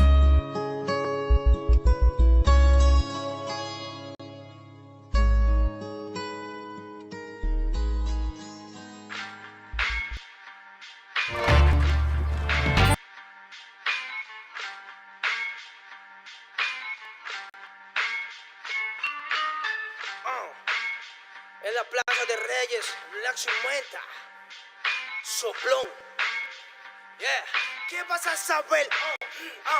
¿Qué vas a saber tú? Oye, chibolito, faltomé. Pulpín de los pulpines, baterías de Rapunzel, de rapeos, de raptos, de lagartos en cuartel. Cualquier la pega de cruel con un viejo coronel. Soy flojo, se me antojó dormirme en el laurel. Elevé mi level con un label y un Faber Castell. Ya un papel, lo empape con sangre de todo aquel que se jura Nobel y no ve mis trenes en la riel. What's so man? ¿Por qué no sacan la tablet? Juro por mis aguas que no te hablo por las powers. Soy chinchado neto, búscame por Pico Sour y te voy a meter al centro loco como Beckenbauer. Escúchame atento mi bro, que estamos rompiéndole en pro. El negro de Plaza de Reyes como siempre rompe de este micrófono. Que quiere meterle como yo pero no puede meterle taco bron. Si te pensaba que solo era un gallo, déjame decirle que se equivocó. Real motherfucker feeling on the street. Es el Black Sheep, Black Sea Metal de Plaza de Kings. Motherfucker, Soplón.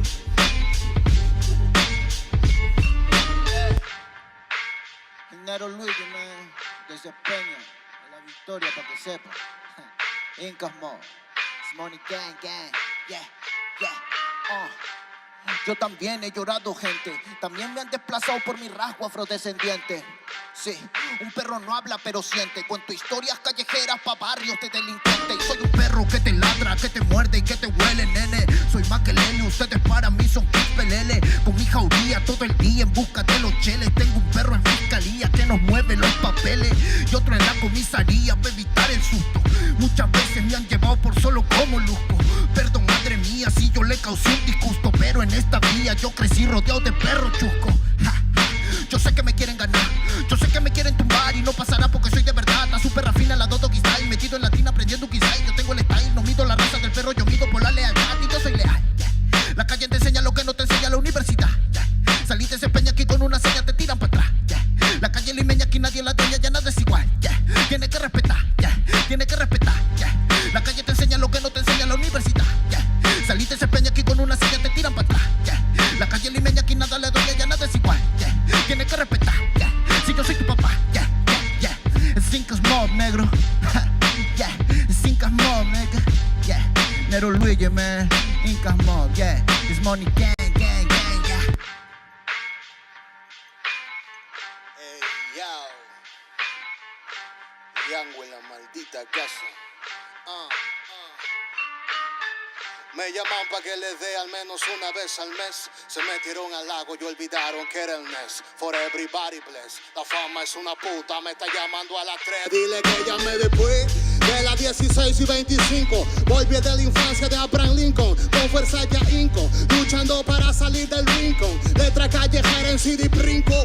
Under del under, puede que tu viejo te lo mande. Sale de vez en cuando como el cóndor por los Andes. Mi cuerpo no es de madera como Dandy. Antes que me branden, yo seré el ola que los expande.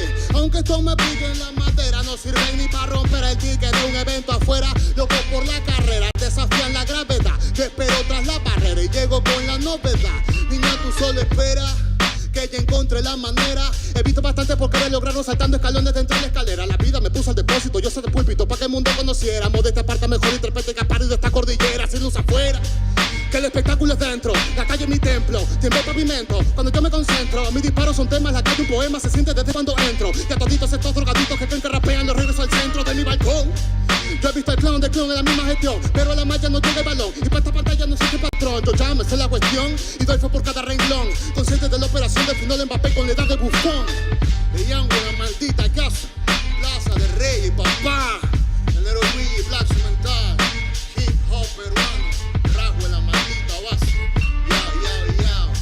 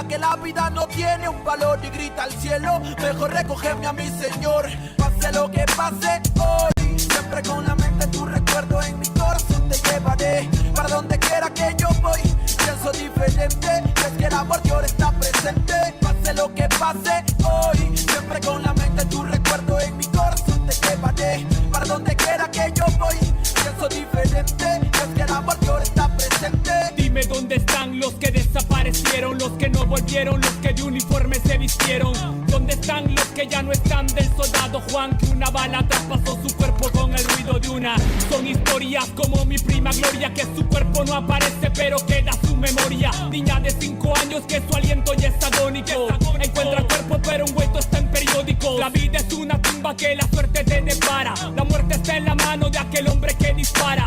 Padre que espera a su hijo que vive en la urbe, pero al día siguiente lo recogerá en la morgue. Se cuentan horas, días y también los calendarios. Primo, nadie sabe si caerás en cementerios, como mi amigo Mario que jugaba a ser sicario, hasta mató a su hermano y lo tomó como algo serio. Se cuentan horas, días y también las estadísticas. Para la policía un expediente más en balística. La lista aumenta y también el desenfreno, como aquel niño que golpeado en el hogar se siente ajeno. Le pone freno y toma la decisión, sacando la pistola de su padre en el cajón. Su lápida ahora pinta: hijo mío, te queremos, y la muerte nos permite, algún día nos veremos. Pase lo que pase hoy, siempre con la mente tu recuerdo en mi corazón te llevaré. Para donde quiera que yo voy, pienso diferente, es que el amor de ahora está presente. Pase lo que pase hoy, siempre con la mente tu recuerdo en mi corazón te llevaré. Para donde quiera que yo voy, pienso diferente, es que el amor de ahora está presente.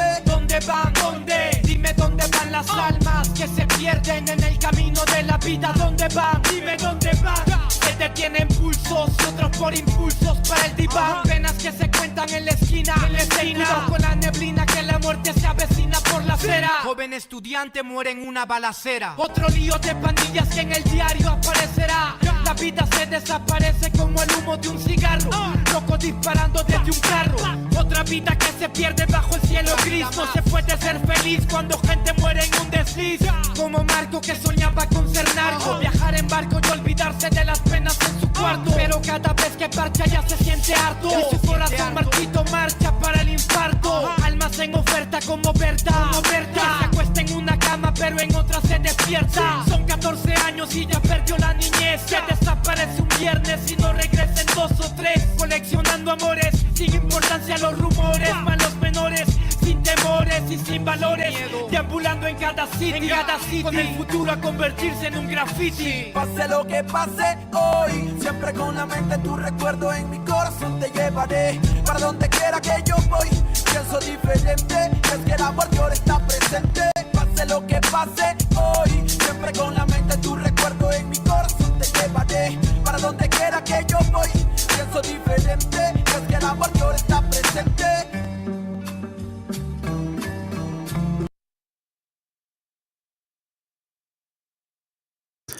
Hey, you let me know when you want it. You let me know when you want it squeaky clean. Who the fuck do you think we are? Yeah, now we're talking, bro. Remember what you're saying, man. Remember what you're saying. Remember what you're saying. Now read this shit really quick and swallow that shit, Esau. Your days are numbered, and this is why you acting how you acting. Everybody that gets to this point right here, it's because I am destroying your spirit. You probably have no wife, no kids, and you, day tomorrow, whatever, bro, you bring it. Let me know when you're ready.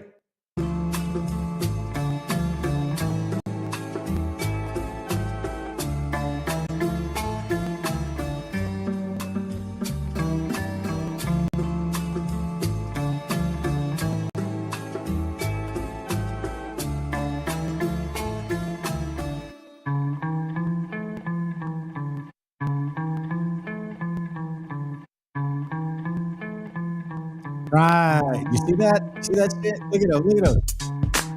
Hey, listen. I got somebody close to you. That's about my height and shit. That's about my skill set. You know what I'm saying? Like, you know, they can meet up with you, bro. Like, you know what I'm saying? If you feel strong like that and shit. Yeah. Oye, es nada más y nada menos que el motherfucker Blasio Mike de Plaza de Kings. estos bebés son Big Papo, no sean rebeldes, deje el revolu.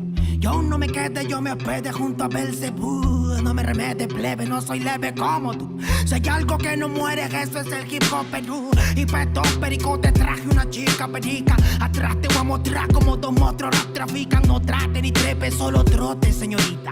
Treque, donde la sangre salpica. Se aplica, te explica, replica. ¿Pa' qué? Aplica, practica, suplica. Con fe a mi perro grita, yo lo mataré.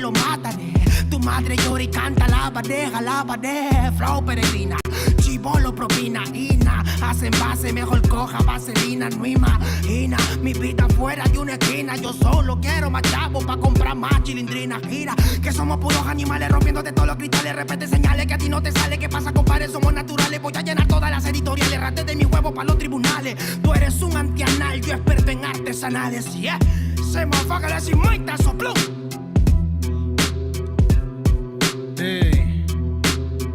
Terco 92 B09 está en la casa, barrio. Escucha bien. Así se hace, Yo. Tengo problemas de actitud y poca paciencia. Hablo si me da la gana, nadie me silencia. No quieren aceptar que pa' muchos soy influencia. La voz de los barrios que llega a tocar tu conciencia. Yo sé que muchos quieren llegar a ser tendencia y hacen lo que sea sin pensar en las consecuencias. Es la diferencia, yo mantengo mi esencia y ustedes por pegar han cambiado hasta de apariencia. Y no es que lo diga yo, pero la gran evidencia es que cambian de personalidad con frecuencia. Y no son locos con inteligencia, solo quieren un poco de atención con insistencia. No presumo en nada, hago todo a mi conveniencia. Por eso te doy una sugerencia: conmigo no busquen competencia, que llevo 10 años ganándole a la vida y lo sabe la audiencia. La firme, qué ocurrencia, ¿cómo pueden joder sin prudencia? No se dan cuenta que mi experiencia es a base de exigencia. Mi trabajo es con independencia y el de otros de un productor depende de su permanencia. Sigo firme en la resistencia, dándole más rap en el track hasta por correspondencia. Que muchos disques evolucionaron, no es coincidencia. El dinero y la fama hizo que pierdan su decencia. Terco 92, cuando quieras, donde quieras. ¿Cómo? Sí. He aprendido a sobrevivir de las maldades, comprendiendo que nada es como tú sabes. Va a decir verdad, la lucho a diario. No me critiques, no me justifico, siempre hago lo que predico. Soy de barrio y rico en talento. De una me sacan por mi forma de ser y me acento en el yauca. Mi gente la está rompiendo por ser parte de este movimiento. Quiero saludar a las personas que nunca confiaron en mí, que hoy por hoy se paltean cuando me ven venir. Bye bye motherfuckers, en estas líneas bye bye a fluir. Déjate llevar como hay people in the street, yo. Déjate llevar como hay people in the street. Hey, hey, hey, oh, yeah, hey. 1, 2, 3, 1, 2, 3 es la torita aquí en la casa, primo.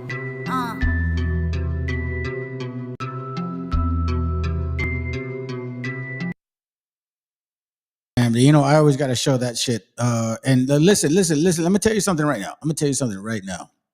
This is how I know how stupid and weak you are.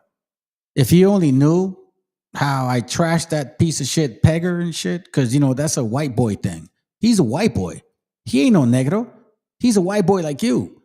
And he likes to get pegged. So fuck Cyrillic Hebrew and his fucking Sakari shit. You have no idea who you're talking to.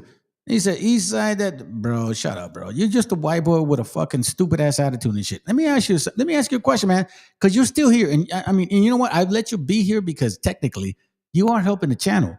You are motivating the actual views and shit. And I kind of appreciate that shit. So, you know what I'm saying? That's why I let you go.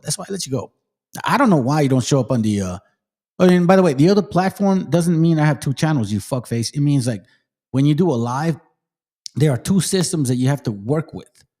That's what that means. Here's a link. If you got something to say, here's a link, big boy. because this is the last song I'm going to put. So let's see what you got to say.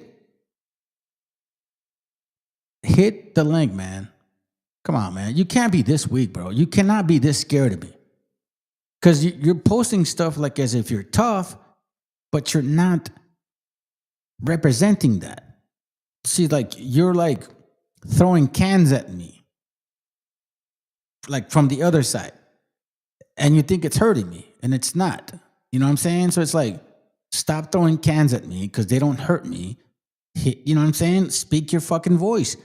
Say what you want to say. Let me express your thought process. Go ahead. Look, don't post nothing. Don't post nothing no more.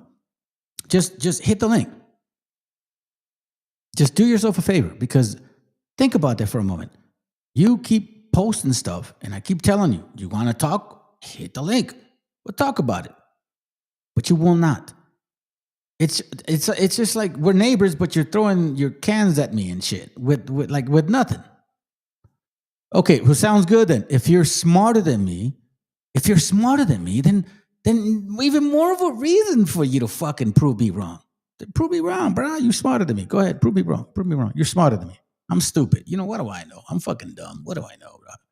What do I know, bro? You know what I'm saying? What do I even know? I'm fucking dumb. Come on, man. Come on, bro. Just come on. You're smarter than me. So if you're smarter than me, then this should not be a problem. Then you hitting the link should not be a problem. That means you should like fucking get one ahead of me. Like, you shouldn't be afraid at all. Come on. If you think you're smarter than me.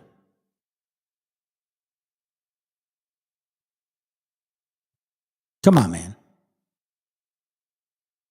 If you're smarter than me. If I'm that fucking dumb, then it should not be a problem for you to handle my shit.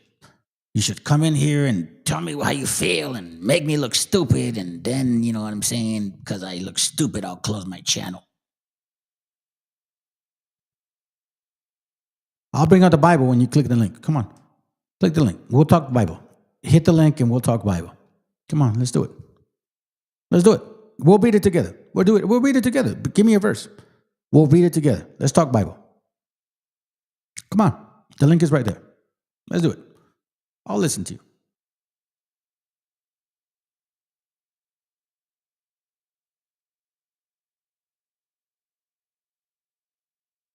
I'm waiting.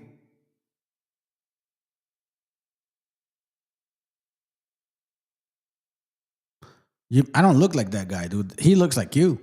He's your people. That's a white boy like you. That's a little cracker and shit. Fentanyl user.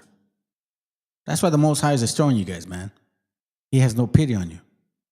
He's decimating your people. Come on, bro. Come on. If you fucking think you're that smart. No. Hit the link. Come on. Let's talk about it. Come on. Come on. Get on. You know the Bible. Let's go. Come on. Hurry up. Since you're so smart. Since you white people are so fucking smart. Let's do it. Let's do it, bro. Prove me wrong. Prove me. Then listen, if I'm this smart, if you're that smart, and I'm like, landscaper and shit, then you should not have a problem with just hitting the link. Just come on. Hit on. Jump on, bro. I'll stick around for a little bit. I should have been off like an hour ago. An hour and a half ago, because I told my wife, I'd be going for like 2 hours and shit. But come on, let's go.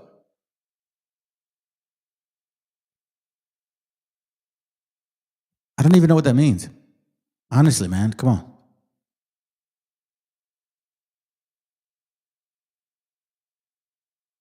The link is right there.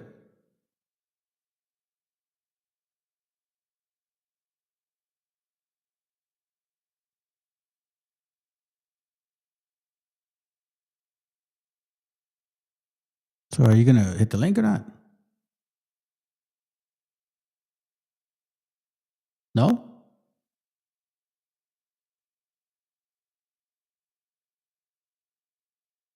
Are you going to hit the link or not?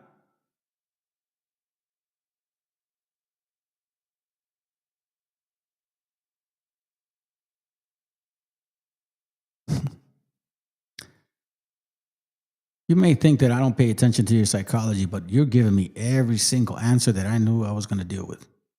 Come on, hit the link.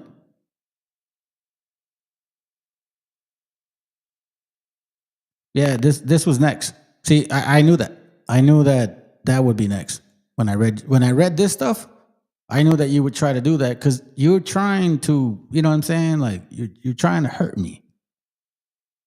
Because that happens to you. That was the way that your family raised you. It doesn't work, bro. Like, I don't do that shit. So do me a favor, because you say, you say you're so strong. Represent your fucking crackety crack Edomite people. Represent Esau, bro. You're Esau. Come on, hurry up. I'm not mad, bro. I'm giving you one last chance before I hang up. Before I'm done. I'm gonna play one more song and that's it.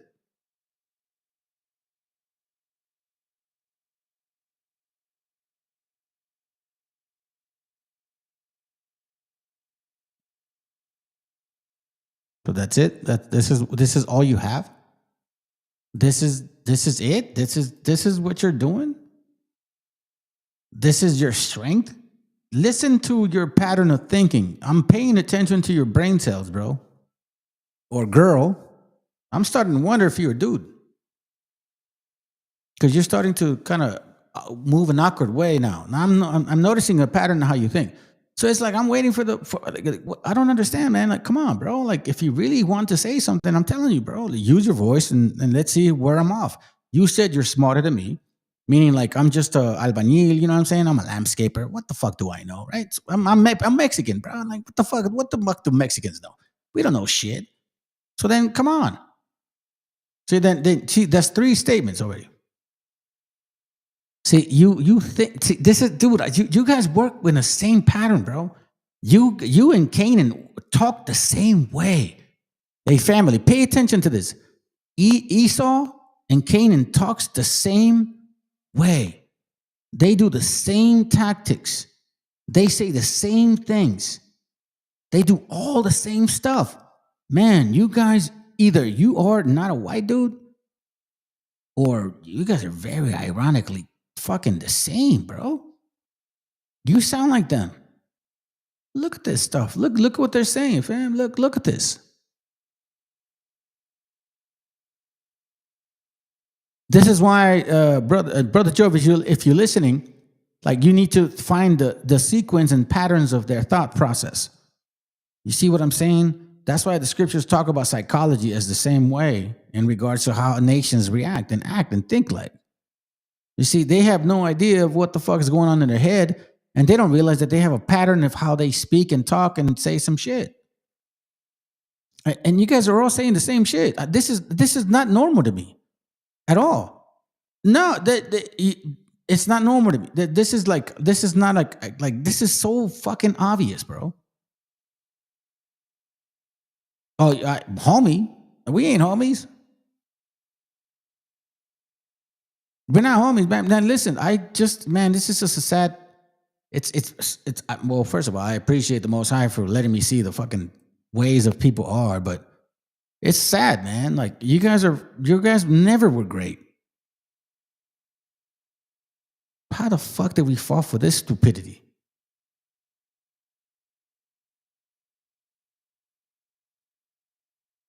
Well, I don't know, man. I mean, my son's autistic. He's 24 years old. You know what I'm saying? And he's blind. So, yeah, it is a tough life for everybody here at the house. Not just my wife, for me, too.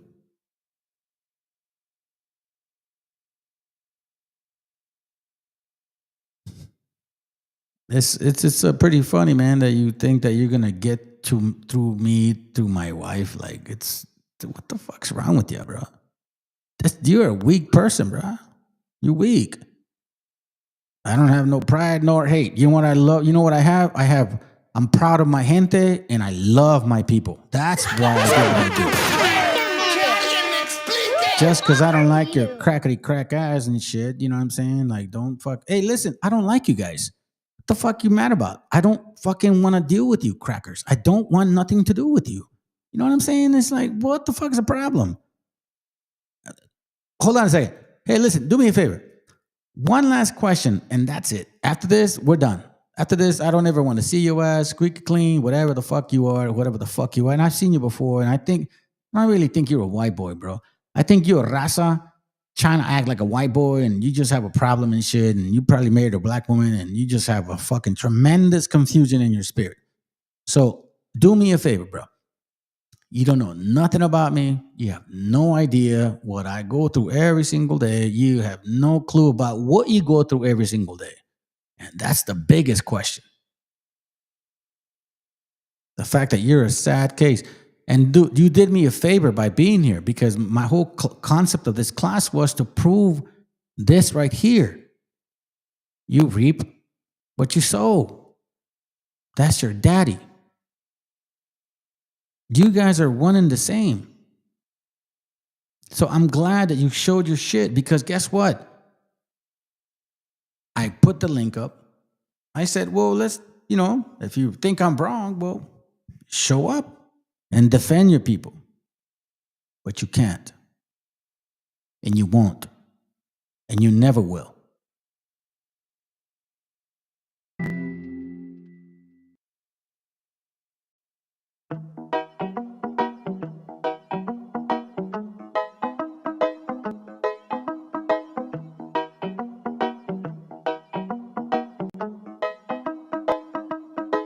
Quiero pensar, pero no puedo, no. El ruido en la ciudad está consumiendo, wow. Quieren pensar, sin ni siquiera estar al mando. Tanta publicidad subliminal te está matando. Les cuesta decidir por sí mismos cuál es su mando. Publican sonrisas con el corazón llorando. Quieren brillar,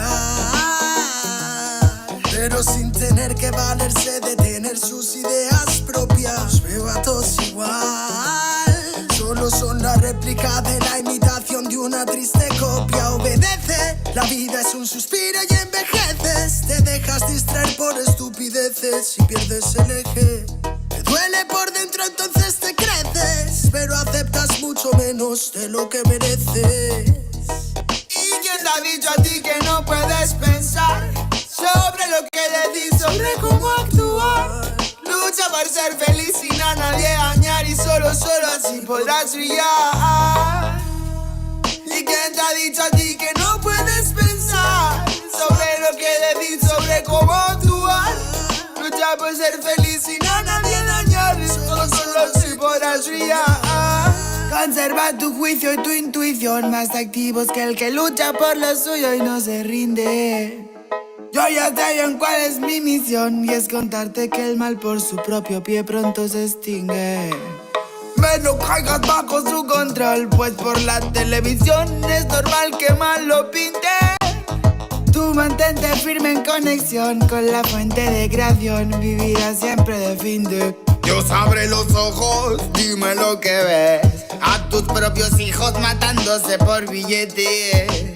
Niños mueren cada 2 por 3. Pa' unos es bendición, con otros por su causa pequen.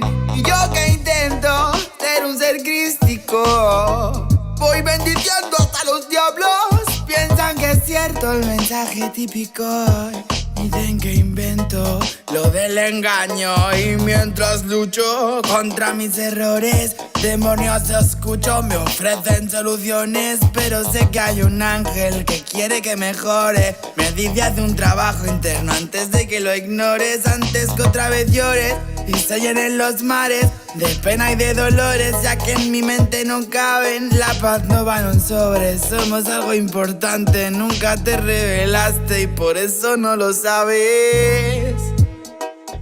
quién te ha dicho a ti que no puedes pensar sobre lo que le di, sobre cómo actuar? Lucha por ser feliz sin a nadie dañar, y solo así podrás brillar. ¿Y quién te ha dicho a ti que no puedes pensar sobre lo que le di, sobre cómo actuar? Lucha por ser feliz sin a nadie dañar, y solo así podrás brillar.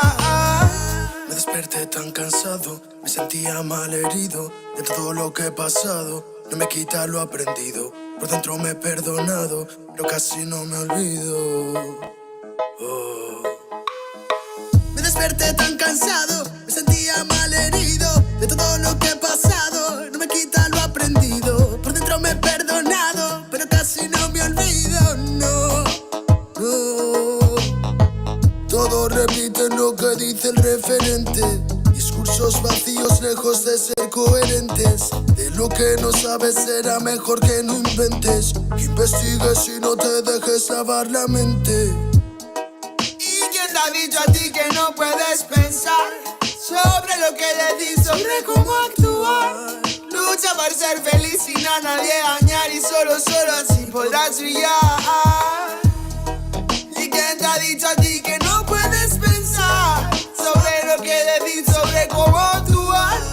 Lucha por ser feliz sin a nadie dañar y solo así podrás brillar. Quiero pensar, pero no puedo, no, no, no.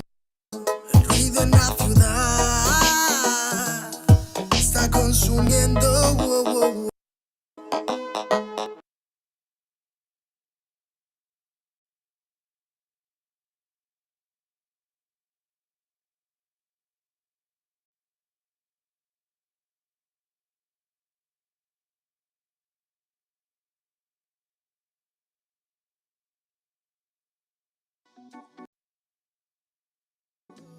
Se ve tan mal cuando miras a otro lado, los fantasmas del pasado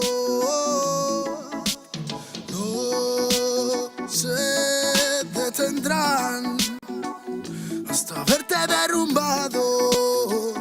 Peores lo hemos pasado. Andaba a golpes con la tristeza, me aportó riqueza, me otorgó sabiduría, pues se dibujaba en todas mis piezas. Yo con alegría le daba color después. La aguja sigue girando, tiempo parece se burlar de mí. Dijo que sanaría esperando, pero creo que la espina aún sigue ahí. Con los dedos lo voy palpando. Cierro los puños, escapa de aquí. Agonizando, no me espera el tiempo, no voy a esperar por ti. Nuestras huellas en la orilla se han borrado por la marea. Si esas estrellas ya no brillan, las entiendo pa' que vean.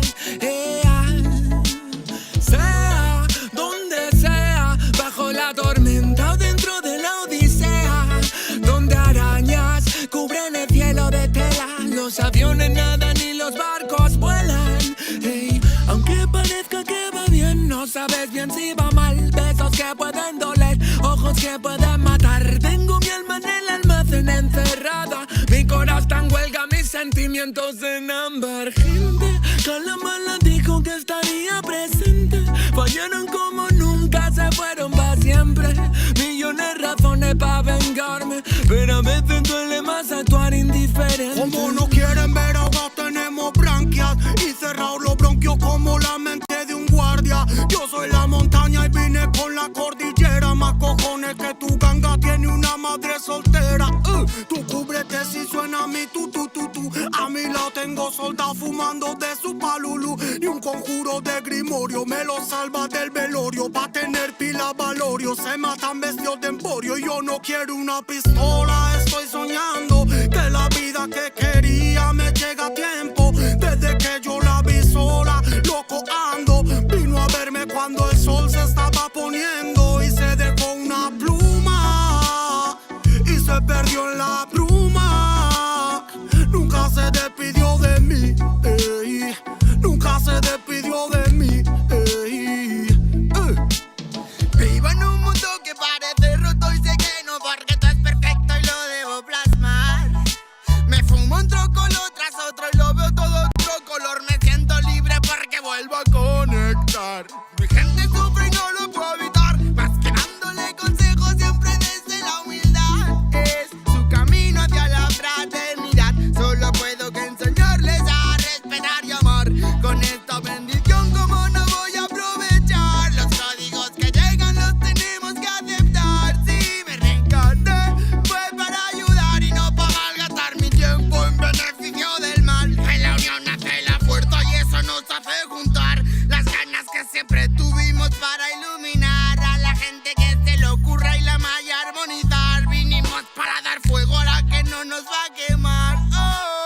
Arda y por dentro la llama, no puedo contener la ras. Churruscao el corazón, el armazón no puede llegar a pesarme más. Si abro la boca, tu tumba al suelo, me muelo a diario y sobrado de gas. Escupo ristas perfectas, paladas de versos eternos, no mueren jamás. Cuando acabe mi condena, me vi muy solo y perdido. Cada vez más negra la flema, más elegante el problema, pero planté cara a todos mis enemigos. Recuperé las ganas, las fuerzas y el garbo. Dedico requiems a mis diablos, que aquí estoy vivo de milagro. Delicadas flores crecieron entre los cardos. Me dicen vienes más delgado que de costumbre. Será de tanto que he bailado en el alambre, que a tanta pena es mejor no ponerle nombre. Llevamos la música en vena, nuestra sangre.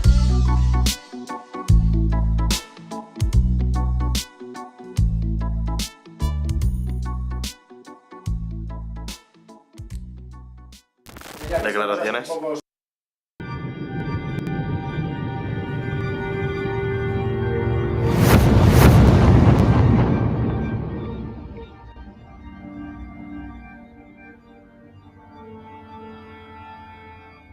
Ical, hijo, abre los ojos.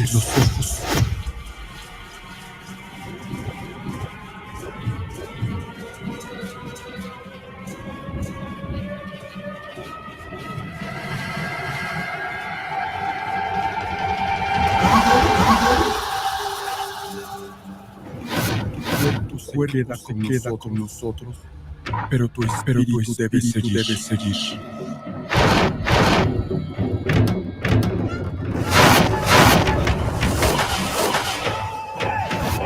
Busca la luz. Aléjate de las sombras. Deja que nuestro dolor sea tu fuerza. Desde aquí iluminamos tu camino.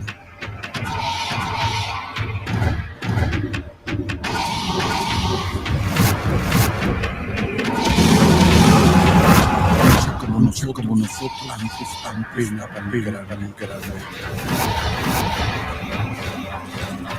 Yo soy tú. Tú eres yo.